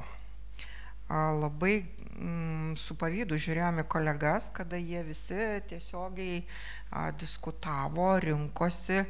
Ačiū labai, kad buvom pakviesti ir mes į keletą susitikimų. Na, o dabar, šiandien buvo labai gražiai pasakyta apie raumenis. Tai Šilutė irgi turi raumenis ir mes turim kuo prisidėti, prisijungti. Jeigu, sakykime, grįžę mes šiandien išgirdę labai daug žinių, įdomių patirčių, labai ačiū pranešėjom, žavesys. Ir turim kalbėti su savo politikais, nes mes kvietimą į šitą susitikimą, nežinau, kam čia labai reikia sakyti, turbūt Nijoliai. Ačiū, kad esam, nes sulaukėm jo tik penktadienį, tai tikrai neturim dar plačiai išdiskutavę, bet įdomu, iššūkis geras būtų ir patirtis. Mums visiems labai reikia naujų susidorojimo su naujom patirtim ir naujais iššūkiais. Tai tiek. Ačiū ir nežinau, mes su Goda prieš keletą dienų truputėlį aptarėm, ji mane taip įvedė į pačią temą ir aš pasidomėjau, kaip ten yra su tom kultūros sostinėm, Europos kultūros sostinėm, kurios pastaraisiais metais laimi ir tarsi sakusi, kad reikia ne sostinių, o žmonių, reikia istorijų, reikia bendruomenės įtraukties, reikia kultūros poveikio tai bendruomeniai ir visam regionui, miestui, kas ten bebūtų. Bet vis tiek, žvelgiant, dabar žiūriu savo lentelę, tą pačią lentelę matėte ir pas Godą, Latvija 27 metai šiam 7 tūkstančiai gyventojų, Vora 55 tūkstančiai, Buž Prancūzija 28 metai šiam 4 ir ten iki Kirūnos, kur ten vos 20 tūkstančių gyventojų.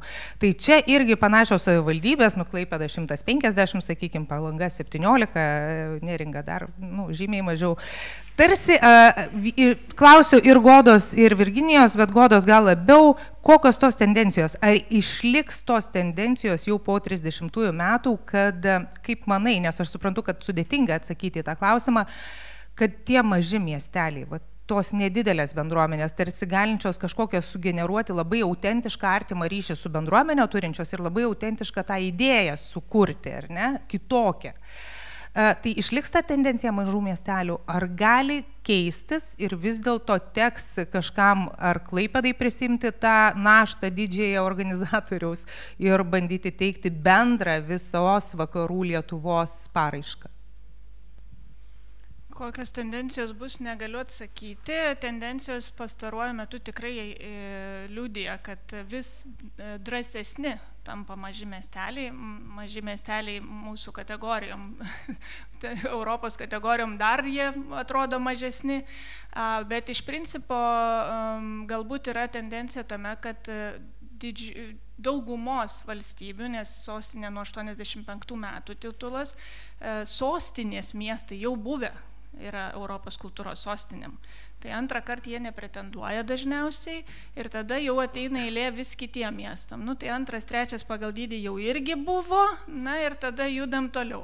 Tai ta tendencija gal natūraliai formuojas, kita vertus daugelis miestų, kurie tokio dydžio kaip Klaipėda ar panašiai, argumentuoja tuo, kad beveik pusė, o gal ir 60% Europos miestų yra tokio dydžio miestai. Tai jie atstovauja pakankamai didelį miestų sambūrį, turėdami tik tiek gyventojų, jeigu taip žiūrėt. Bet diskusija tikrai yra pakankamai aktyvi, vis tik tai miesto dydis ir Europos komisijoje vis tik tai ar nereikėtų tos kartelės miesto dydžiui šiek tiek kilstelt. 7 tūkstančių miestų gyventojų, klausimas, ar tai yra Europos kultūros sostinė, nors gali būti labai graži programa. Tai diskusija vyksta, jinai verda. Kita vertus, man regis, tas mažesnis miestas, ką ir pati mini, kartais sugeneruoja daug autentiškesnę programą ir jiem galbūt yra lengviau komunikaciją skleisti savo aplinkoj. Ne būtinai europinių lygmenių, bet savo aplinkoj. Labai dideliam milijoniniam miestui atsiranda kiti iššūkiai iškomunikuoti savo mieste, kad jie yra Europos kultūros sostinė. Tai čia daug turbūt faktorių lemia, o kaip bus ateityje, nežinau, nes tos diskusijos verda ir dėl regionų įsitraukimo ir panašiai. Tai žiūrėsim. Aš tik grįžau iš tos konferencijos, kuri dabar svarsto ateinančias reguliavimo priemonės Ir iš tų, kurie įgyvendinę sostinės, didžiausias iš tikrųjų yra pasiūlymas galbūt ne į dydį žiūrėti sekančių miestų, bet į raumenį. Ir kad miestas jau turi turėti infrastruktūros, tam tikrą lygį, turi turėti teatrą, muziejų, biblioteką, viešų erdvių, nes per tuos 5 metus neįmanoma sukurti infrastruktūros. Galima iš apleisto fabriko padaryti galerijos erdvę šiltam metų laikotarpiu, bet tikrai ne muziejiniai, pavyzdžiui, parodai, kur reikalaujami aukšti reikalavimai skolinimuose iš kitų muziejų ir taip toliau. Tai, bet šiaip žiūrint man iš Kauno pusės visą laiką atrodė tų 15-17 metų Klaipėdos, Palangos ir Nidos partnerystė kaip tobulas derinys. Čia yra ir didmiestis, ir kurortinis, bet ne banalus kurortinis toks prieigos ir gamtos UNESCO paveldas. Žodžiu, viskas, kuo galima išdėlioti metų laiko programą ir didesnę atskleidžiant gamtos ir kultūros ir visus kitus aspektus. Tai kažkaip aš nežinau, kaip jūs vėliau mąstysite, bet manau, kad tas trijulės derinys ir galbūt su platesniu dar regioniniu aspektu labai pasiteisintų. Ir be to, tikrai jau ir dabar pasigirsta kalbų, ar tikrai ilgai dar tęsis Europos kultūros sostinės, ar nėra, kad jau visos šalis stipriausius tos miestus, pajėgiausius jau išsirinko. Tai Lietuvai dar maksimum 2 kartus galim taip įsivaizduoti. Tai jeigu visai mažiukai išeis į tą tiesią ir nepabus didesni regioniniai tokie dariniai, tai mums neapsimoka. Mums apsimoka gal vienytis ir didesnį žmonių dalį atnešti tą pridėtinę vertę. O kaip jums pasirodytų tas didesnis formatas, tai yra 5 savivaldybės, įmanomas tai būtų kontekste tų vizijų gairių? Pavyzdžiui, Matera 2019, man atrodo, 17 savivaldybių.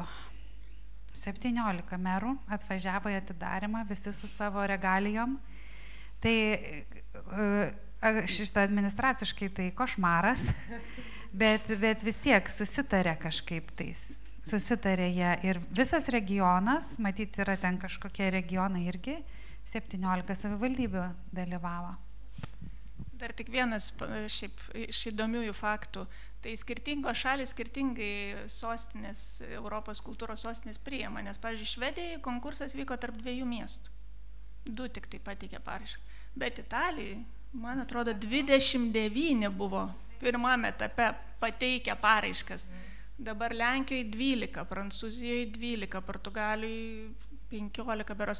Ta prasme, labai skirtingi yra šalių poreikiai. Prancūzai netgi sakė, gal galima dažniau Prancūzijai, nes mes didelė šalis. Tai, žodžiu, čia įvairūs variantai. Bet interesas nemažėja. Europos kultūros sostinės tebėra aktualios ir patrauklios bent jau miestam, jeigu ne Europai. Yra miestų, kurie jau buvę sostinėm ir vis tiek dalyvauja dar kartą konkursą. Norėjau Narūnas sureplikuoti, sureaguoti. Jo, aš tai galvoju, kad, tai čia tik mano nuomonė, gal aš klystu ir visai kitai bus, bet kol kas tas Tripolio variantas arba versija jinai yra ideali, kad gali būti dar prisijungusios ir kitos savivaldybės, aš žiūriu į Vilmą, ar į kolegą irgi, pavyzdžiui, Klaipėdos rajonas, tai taip, kodėlgi ne. Ir, žinot, taip labai teisingai buvo pasakyta, aš suprantu, kad tas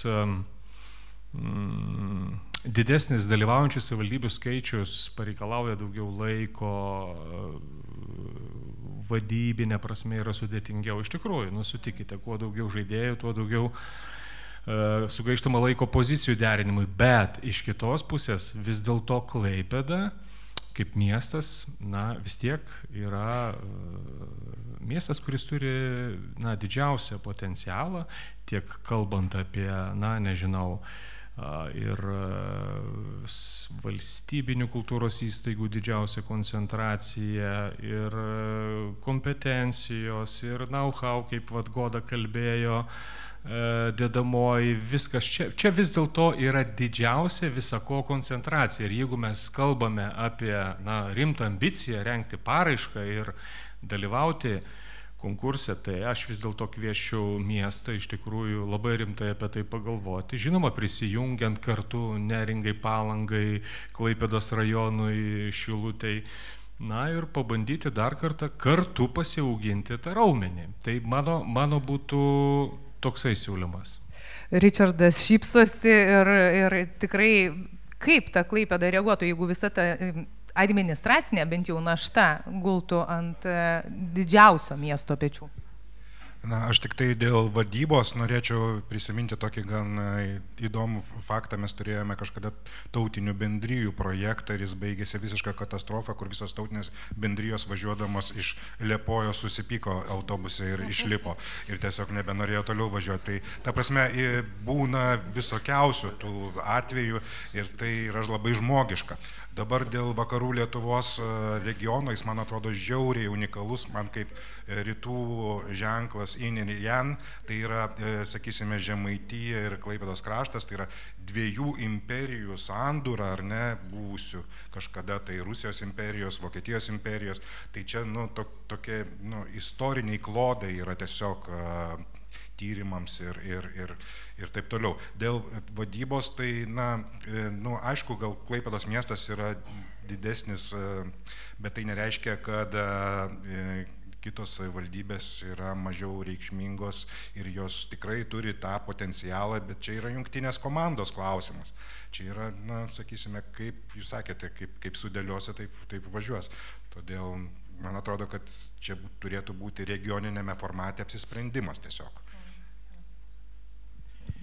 Ir beje, apie tą potencialą aš tik noriu priimti, berods 22 metais buvo jau ar 23 publikuotas EPPO ir Europos komisijos kartu su kultūros ministerija atliktas tyrimas, kur kaip tik buvo pasižiūrėta į šitame regione esantį potencialą, o kalba buvo būtent apie mano jau minėtą Tripolį, tai yra Klaipėda, Neringa, Palanga. Ir kaip šitas sektorius gali padėti atnaujinti visą regioną. Netgi, sakykime, kaip kultūra, kaip sektorius gali pastimuliuoti ir nežinau, naujų gyventojų didesnį atsiradimą. Nesakau, kad gimstamumą pastimuliuotų, bet pavyzdžiui, apsisprendimą kelti čia ir gyventi, nes čia yra puikiausios sąlygos ir kūrybai, ir darbui. Tai aš beje, kodėl garsinu, nes tikrai tai yra labai rimtas tyrimas. Nežinau, kas esu susipažinęs, aš tikrai esu susipažinęs, tikrai vertas dėmesio. Prie tokių praktinių dalykų visi kalbėjo apie biudžetus ir man, pavyzdžiui, būtų įdomu, kaip kiekviena savivaldybė dabar finansuoja savo kultūrą ir kaip ta tikrovė atrodo šiandien, jeigu labai trumpai visos savivaldybės labai trumpa skaičių kalba ir tada paklausiu tiek Virginijos, tiek Godos, ar pakanka tokio įsitraukimo.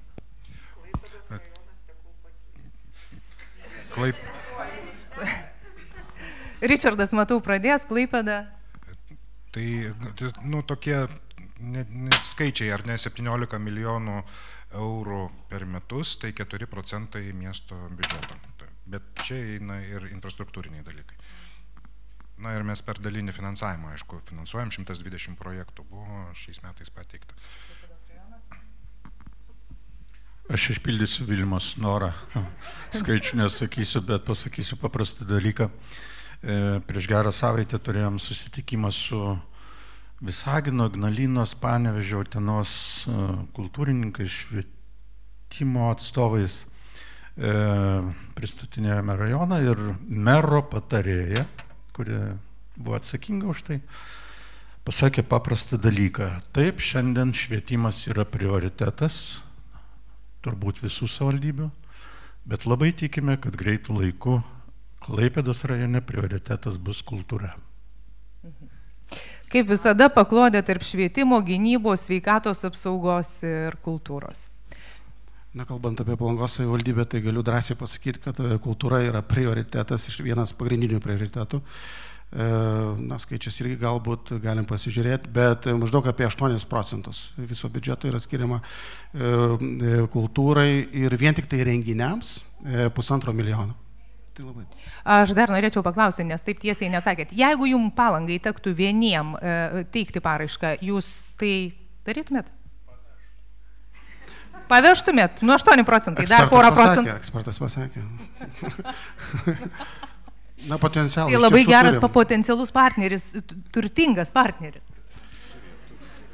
Nu, kalbant apie tą pačią infrastruktūrą, ne, į kurią iš tikrųjų labai daug investuoja pati Palanga, aišku, ir su valstybės dotacijom, bet kol kas galvojama apie Tripolį ir su prisijungimais. Jo, ir taip, ir dar užmiršom Klaipėdą, tą Kretingos rajoną ir Skaudą. Tai galim be ribų plėstis į visą Žemaitiją. Oi, nežinau dabar sakyti ar ne. Ar girtis ar ne? Ne dėl to, čia ne iš serijos, čia ne gražuolių konkursas iš tikrųjų, tai kad mes čia turtuolių. Esame, jo, kad indekse esame 3 metai aukščiausiai ir tai ne dėl to, kad mes daugiausiai skiriame kultūrai, nes ten yra, turbūt puikiai žinote tą vertinimo metodiką, ten ir visai kiti dalykai vertinami. Tai šiaip prie 26 milijonų mes kultūrai skiriame, bet čia su investicijomis 20%. Taip yra, tokie yra skaičiai, aš nekiek nepadidinu, bet tame tarpe aišku yra čia ir mūsų jau į pabaigą einančio Nidos kultūros turizmo informacijos centro pinigai ir visi kiti dalykai. Tik tais kultūros ir meno programoms yra apie 2% nuo tų mano minėtų 26 milijonų. Nežinau, tai gerai, blogai, man sunku vertinti. Nuomonių, patikėkite, politikų tarpe yra pačių įvairiausių ir kodėl aš minėjau, kad politinis palaikymas yra labai svarbus, nes šitoje vietoje tenka tikrai labai stipriai pakovoti kuria prasme, na, mes neiname į ringą ir nesimušam, bet tu bandai kovoti, įrodinėti argumentų, skaičių kalba, remiesi tam tikrais tyrimais ir bandai pasakyti, kad investicija į kultūrą, jinai vis dėlto yra prasminga ir kuria pridėtinę vertę ir verslui, ir švietimui, va, matau Inga, mes beje irgi užsukinėjame čia naują tokią, beje, kultūrinių kompetencijų ugdymo programą, kuri irgi buvo užfiksuota paraiškoj, tą dabar bandome paversti kūnu. Tai va tokie skaičiai, labai atsiprašau. Užbaigus Agilą, procentai keisis, Narūnai? Kažkiek teisingumo. Tai aš...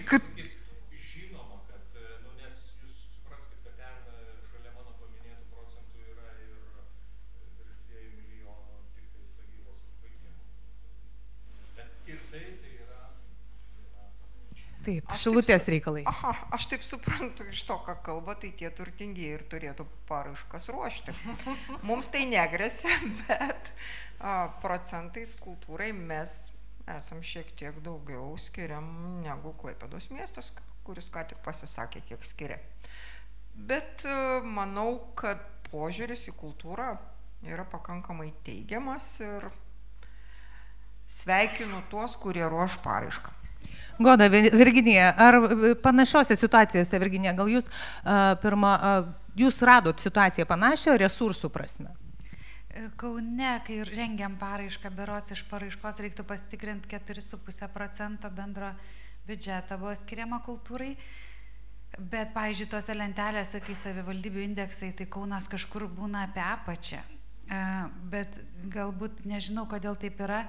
Bet Kaunas turi labai daug įstaigų, savo biudžetinių kultūros įstaigų, kurias išlaiko ir dar turi tokią finansavimo programą, kurią teikia paraiškas. Tai vat apgailestauju, kad ta programa taip ženkliai su ekonomikos perskaičiavimais nedidėja ten finansai, bet įstaigų išlaikymas tai jisai brangsta. Ir turi ir teatrą biudžetinį, ir, aišku, bibliotekų 19 berods tinklą, ir muziejų miestas turi su 3 padaliniais, nu, žodžiu, daug, ir simfoninį orkestrą, kuris milijoninės vertės per metus. Tai savivaldybė išlaiko daug tokių savo institucijų, plus finansuoja nevyriausybininkus. Mes kaip kultūros sektorius visada norėtume daugiau, bet plus Kaune yra labai daug ir valstybės įstaigų ir tas raumenį labiausiai turbūt stiprina. Tai ne visos privilegijuotos tokios savivaldos yra. Klaipėda irgi turi šiek tiek, daugiausiai ko gero iš visų čia esančių savivaldybių. Goda, tai kaip tie resursai atrodo šiandien ir kokių reiktų siekti ir galvoti apie kokius rezultatus miestam? Tai didžioji dalis miestų, kurie aplikuoja į Europos kultūros sostinės, jų vidurkis miesto biudžete kultūrai yra 6%. Didžiosios dalies. Tai maždaug čia visai pozityviai mes esam atsidūrę, kaip sakant, jeigu palygint. Klaipėdą pamenu, kai teikiam paraišką buvo 3%, bet tada labai sėkmingai pavyko padidinti iki 6% pateikiant paraišką, paskui infliacija tą procentą suma liko, bet procentas ir biudžetas miesto augo ir procentas jo pasikeitė procentas. Tai 6% yra vidurkis, tai visai potencialas pozityvus. Toks tarpelis galbūt iš auditorijos klausimų būtų tiek savivaldybėm, gal yra susirinkę žmonių iš konkrečių savivaldybių, kurie norėtų užklausti apie galimus norus. Taip, Olga Žalienė, Lietuvos jūrų muziejaus direktorė. Ačiū labai, buvo labai įdomu, nes šiek tiek irgi teko suktis tame rate, kai buvo Klaipėdai rengiama ta paraiška, bet aš noriu Virginijos klausti. Labai, žinokit, gerai atsimenu panoramos siužetą, kai buvo transliuojamas tas koridorius kultūros ministerijoje, kai jūs išėjote kartu su meru ir buvo tokios emocijos, lyg vaikas gimė. Suprantat, kaip amerikonai ten filmuose rėkia, šaukia ir aš galvoju, žiūriu jūs ir galvoju, Dieve, kaip tai tikra. Tikrai nesumeluotas buvo džiaugsmas ir svarbiausia, kad tai buvote jūs, buvo meras ir mes čia su Nijolė tai pagalvojom, reikia paklausti jūsų. Tai kokius argumentus naudojot politikam, kad jie tapo jūsų irgi sąjungininkais, dalimi tų, nes aš įsivaizduoju, kad jie tikrai dalyvavo, irgi stebėjo, kaip jūs dirbot, kaip reikėt, ar ne. Ar čia buvo tik tai galuti, bet vis tiek reikėjo įtikinėti tikriausiai. Kaip jūs įtikinėjot? Sunku pasakyti, tikrai mes kaip kultūros sektorius atsinešėm projektą iš apačios ir aš pati iš tikrųjų sugalvojau, po kiek paprašyti pinigų savivaldybės ir jie su viskuo sutiko. Tai, bet ne iš pirmo, vis tiek eidavom, taip kalbėdavomės, kaip čia, ne prie mikrofono, bet kalbėdavomės apie tas geras naudas, dar pradėjom prie kitos valdžios teikti pirmą paraiškos versiją rengti, bet paskui po Vieningo Kauno, jau dabar 3 kadenciją ar 4 jis yra Kaune, turėjom iš naujo įtikinti naują daugumą. Meras mūsų labai ekonomiškai pasikaustęs, jam matyti nepasirodė, kad labai daug užsiprašėm, bet jis visaip tikrinosi ir žinot, kada jis mums patikėjo, mumis kaip komanda patikėjo būtent tą ministerijoje tą dieną, kai mes gynėmės ir jisai klausėsi per ausinės vertimo, nes mes angliškai kalbėjom ir jis tą dieną tikrai patikėjo to, ką mes kalbam, tik tą dieną, kai mes gynėmės. Nes šiaip, atėjo jauni entuziastingi, įsivaizduoja, kad bus gerai, tik Vilniui buvo blogai, o čia dabar Kaunui bus gerai. Tai va, bet patikėjo, tai patikėjo, bet kiekvienais mielais metais reikėjo iš naujo įrodinėti tų pinigų poreikį. Ištiko COVID-as, tuoj norėjo nuimti tos pinigus, nes kam jums reikia, gal iš vis nebus čia jokios sostinės. Daug labai krizių buvo ir kiekvienais metais ir kiekvieną ketvirtį reikėjo iš naujo įrodinėti, kad reikia šitą projektą vykdyti taip, kaip parašyta. Tikrai labai daug kainavo, bet čia skrieja padėka visiems, nes visi finansavo taip, kaip buvo parašyta. Mes prašėm pakeitimų vyriausybėje, savo tinklelyje, kaip išdėstėm pinigus, prašėm neišleisti pinigų tam tikrais metais ir perkelti juos į titulo metus, nes buvom šiek tiek per daug apsiskaičiavę pasiruošimui. Tai manau, tas, kad mes tikrai nuoširdžiai niekad neprašėm per daug, galbūt padėjo. Jeigu mes paskaičiavom, kad mums nereikia 21-ais 2 milijonų dar, tai mes juos paprašėm perkelti į 22 ir tokiu būdu labai gerai subalansavom tada poreikius. Čia paantrinsiu Virginijai, nes nes labai gerą frazę pasakė. Paraiška, reikia labai atkreipdėmėsi. Tai, ką komisija patvirtina, tą knygą, va čia Kauno buvo šita knyga, ar ne? Tokią knygą komisija perskaitė, ją patvirtinom kaip laimėtoją, tai čia yra kontraktas. Jūs negalit 5 metus keisti. Ta prasme, negali atsirasti nauja programa, negali atsirasti nauji dariniai ar dar kažkas. Šitas dokumentas tampa de facto sutartim su Europą. Tai ruošiant paraišką, dėl to yra taip svarbu investuoti į tą žmonių komandą, kad jie paruoštų tokį dokumentą, dėl to taip svarbu ir ką mes Klaipėdoj darėm, tie susitikimai, generavimas idėjų, auginimas proceso ir taip toliau, nes tai yra tai, kas toliau tampa realybė. Tai 5 metus jūs įgyvendinat šitą knygą. O kaip sudaryti tą sandorą su politikais, kurie vis keičiasi kas 4 metus? Kaip tai įgyvendinti? Nes tarsi ta knyga tai yra krauju pasirašyta, ją truks plyš įgyvendinti, o politikai keičiasi, norai keičiasi, idėjos keičiasi, galų gale sako, oi, tai pasikeitė, labai daug metų praėjo. Kaip susitarti su politikais? Čia kaip Virginija sakė, turi kiekvienais metais iš naujo eiti, pasakoti, kaip sakyt, priglausti politikus prie šito projekto. Ir man atrodo, jeigu žmonės tiki tie, kurie daro, kurie veda tą projektą, tai viskas įvyksta. Man atrodo, kad Klaipėdoj irgi, man būnant komisijoje teko matyti tikrai ne vieną komandą, kuri nelaimėjo paraiškos. Mes Klaipėdoj irgi buvom tie, kaip sakė Olga, laimėjo. Aš puikiai atsimenu tą salę kultūros ministerijai.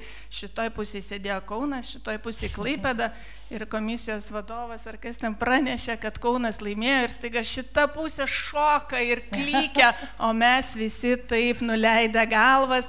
Ir tai yra labai sunkus momentas, bet aš visiems kartoju, dabar būdama jau komisijos narė, kad turit pagauti šitą momentą, turit pasidžiaugti tuo visų procesu, kuris įvyko, nes jūs su visa miesto bendruomenė parengėt šitą knygą. Ta knyga dabar yra jūsų galimybė toliau. Svarbu labai, jeigu politikai yra šalia, leisti žmonėm įgyvendinti bent dalinai tą knygą, bent kažkokius projektus, paremti per finansavimo programas ar panašiai, nes tai sutelkia bendruomenę. Aš iki šiol atsimenu, Muzė veža, man yra vienas nuostabiausių projektų ir kodėl jisai baigėsi, Olga. Tai yra liūdėjimas, kaip bendruomenė susitelkia ir gali kartu daryti. Tai procesas yra labai labai didelis projekto vertė, labai didelė, kurią reikia tikrai vertinti ir saugoti. Kai net pralaimėtojas yra laimėtojas iš tiesų, ar ne? Arūnai. Aš trumpai. Strateginė kantrybė. Ir daugiau nieko. Reikia suprasti, kad mes nepakeisime rinkimų sistemos, ji yra tokia, kokia yra demokratiniai rinkimai, ateina nauji žmonės ir tai yra normalu. Tiesiog tiem, kurie stovi prie Europos kultūros sostinės vairo, reikia apsišarvuoti kantrybę ir dirbti. Kitą kartą, nežinau, į metus po keletą kartų priminti vis tuos pačius dalykus. Kito kelio, žinokite, nėra. Tiesiog, taip yra ir viskas. Čia šitoje vietoje vienintelis receptas - apsišarvuoti kantrybę ir kalbėtis. Klausimas iš auditorijos. Ne, aš ne klausimą turiu. Vasilijus Safronovas, Klaipėdos universitetas. Aš kadangi irgi dalyvau tos paraiškos, kuri buvo tada pildoma rengime truputėlį, tai tiesiog galvoju iš karto, kaip tai gali atrodyti konceptualiai. Ir mąstydamas apie tai vis dėlto noriu pasiūlyti 5 jums jungtis, o ne galvoti apie Tripolį, nes šitas regionas susiduria su tais pačiais dalykais. Tai yra ir istorijos tam tikri klausimai bendri, apie kuriuos jau čia Richardas užsiminė. Ir geografinė padėtis, tai yra buvimas prie jūros ir prie marių. Ir tai yra tam tikrą prasme turbūt požiūris iš Vilniaus panašus į visą šitą regioną, kad tai yra vieta, kur reikia atvažiuoti prie pliažo ir daugiau nieko galbūt. Ir tikriausiai suprantame mes visi, kad šito regiono viduje reikia kurti kažkokius tampresnius ryšius. Tai man atrodo, kad konceptualia prasme būtų daug prasmingesnis projektas, jeigu tai būtų ne 3 miestai, bet 3 miestai plus 2 rajonai, nes tai yra daugiau ir turinio prasme ir visa kita. Tai aš čia tiesiog tokia replika. Aš supratau, kad Krikštatėvi 5 mamos ir tėčiai jau turi, bus Vasilijus Krikštatėvis šito darinio tokio. Galbūt auditorija dar turi klausimą. Liudas Andrikis, KKKC. Kultūrų ir komunikacijos centras, sveiki. Apie europietiškumą užsiminė, tą europietiškumo dimensiją ir ar galime plačiau, kas tai ir mes kaip miestai, bendruomenės, kiek mes to turime ir kur turėtume atkreipti dėmesį, augti? Gal kokiu vienu pavyzdžiu labai greitai? Labai platus pjūviai gali būti ir jie daugumoje visi tinkami. Pats paprasčiausias tai, kad kiekviena programa ir projektas turi būti kuriamas tarptautiškai su užsienio partneriais. Čia toksai paprastas lygmuo, bet daug gilesnis ir įdomesnis yra Europoje vienijančios temos, kaip pavyzdžiui, holokaustas ir ieškai šitų temų ir aplinkinėse šalise ir platesnėme regione. Arba Kaune dėkingai Kauno modernistinė architektūra. Mes per architektūros prizmę ir žmonių įtraukimo į paveldą supratimą visoje Europoje radom labai daug partnerių, kuriem tai įdomu. Ir man pačiai asmeniškai atrodė, kažkokia nuobodybė, bet modernizmas ir atminties temos visiems buvo labai įdomios ir užsienio žurnalistams. Mums, pavyzdžiui, Arte televizija savo iniciatyvą atvažiavo, padarė po 2,5 valandos laidas dokumentinės, po kurių vokiečiai pradėjo plūsti į Kauną. Tiesiog pažiūrėjo tas laidas, ieškoti architektūros, kur čia tas jūsų modernizmas, užkabino juos, jiems tapo įdomu. Abi 2 temos vokiečiams šitos labai buvo svarbios.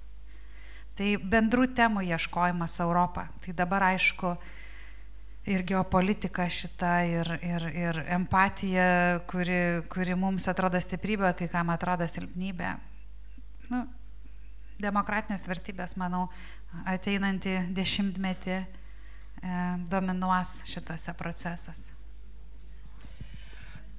Tai kągi, aš dėkoju visiems atėjusiam paskaityti mums nuostabių pranešimų, daug tikrai vertingų dalykų sužinojom ir sužinojo visi atėję į šitą susitikimą. Dėkoju atėjusiems diskutuoti, atvažiavusiems netgi iš labai toli ir kviečiu į tą sueitį, kažkaip Krikštatėvį turim, tėvus, mamas turim, tai dabar reikia padaryti sueitį ir kažkokiu formatu pradėti tą vaiką daryti. Tai ko gero aš to labiausiai ir linkėčiau visom 5 pradėti dėti tą žingsnį ir pradėti kutenti bendruomenės. Santykiauti.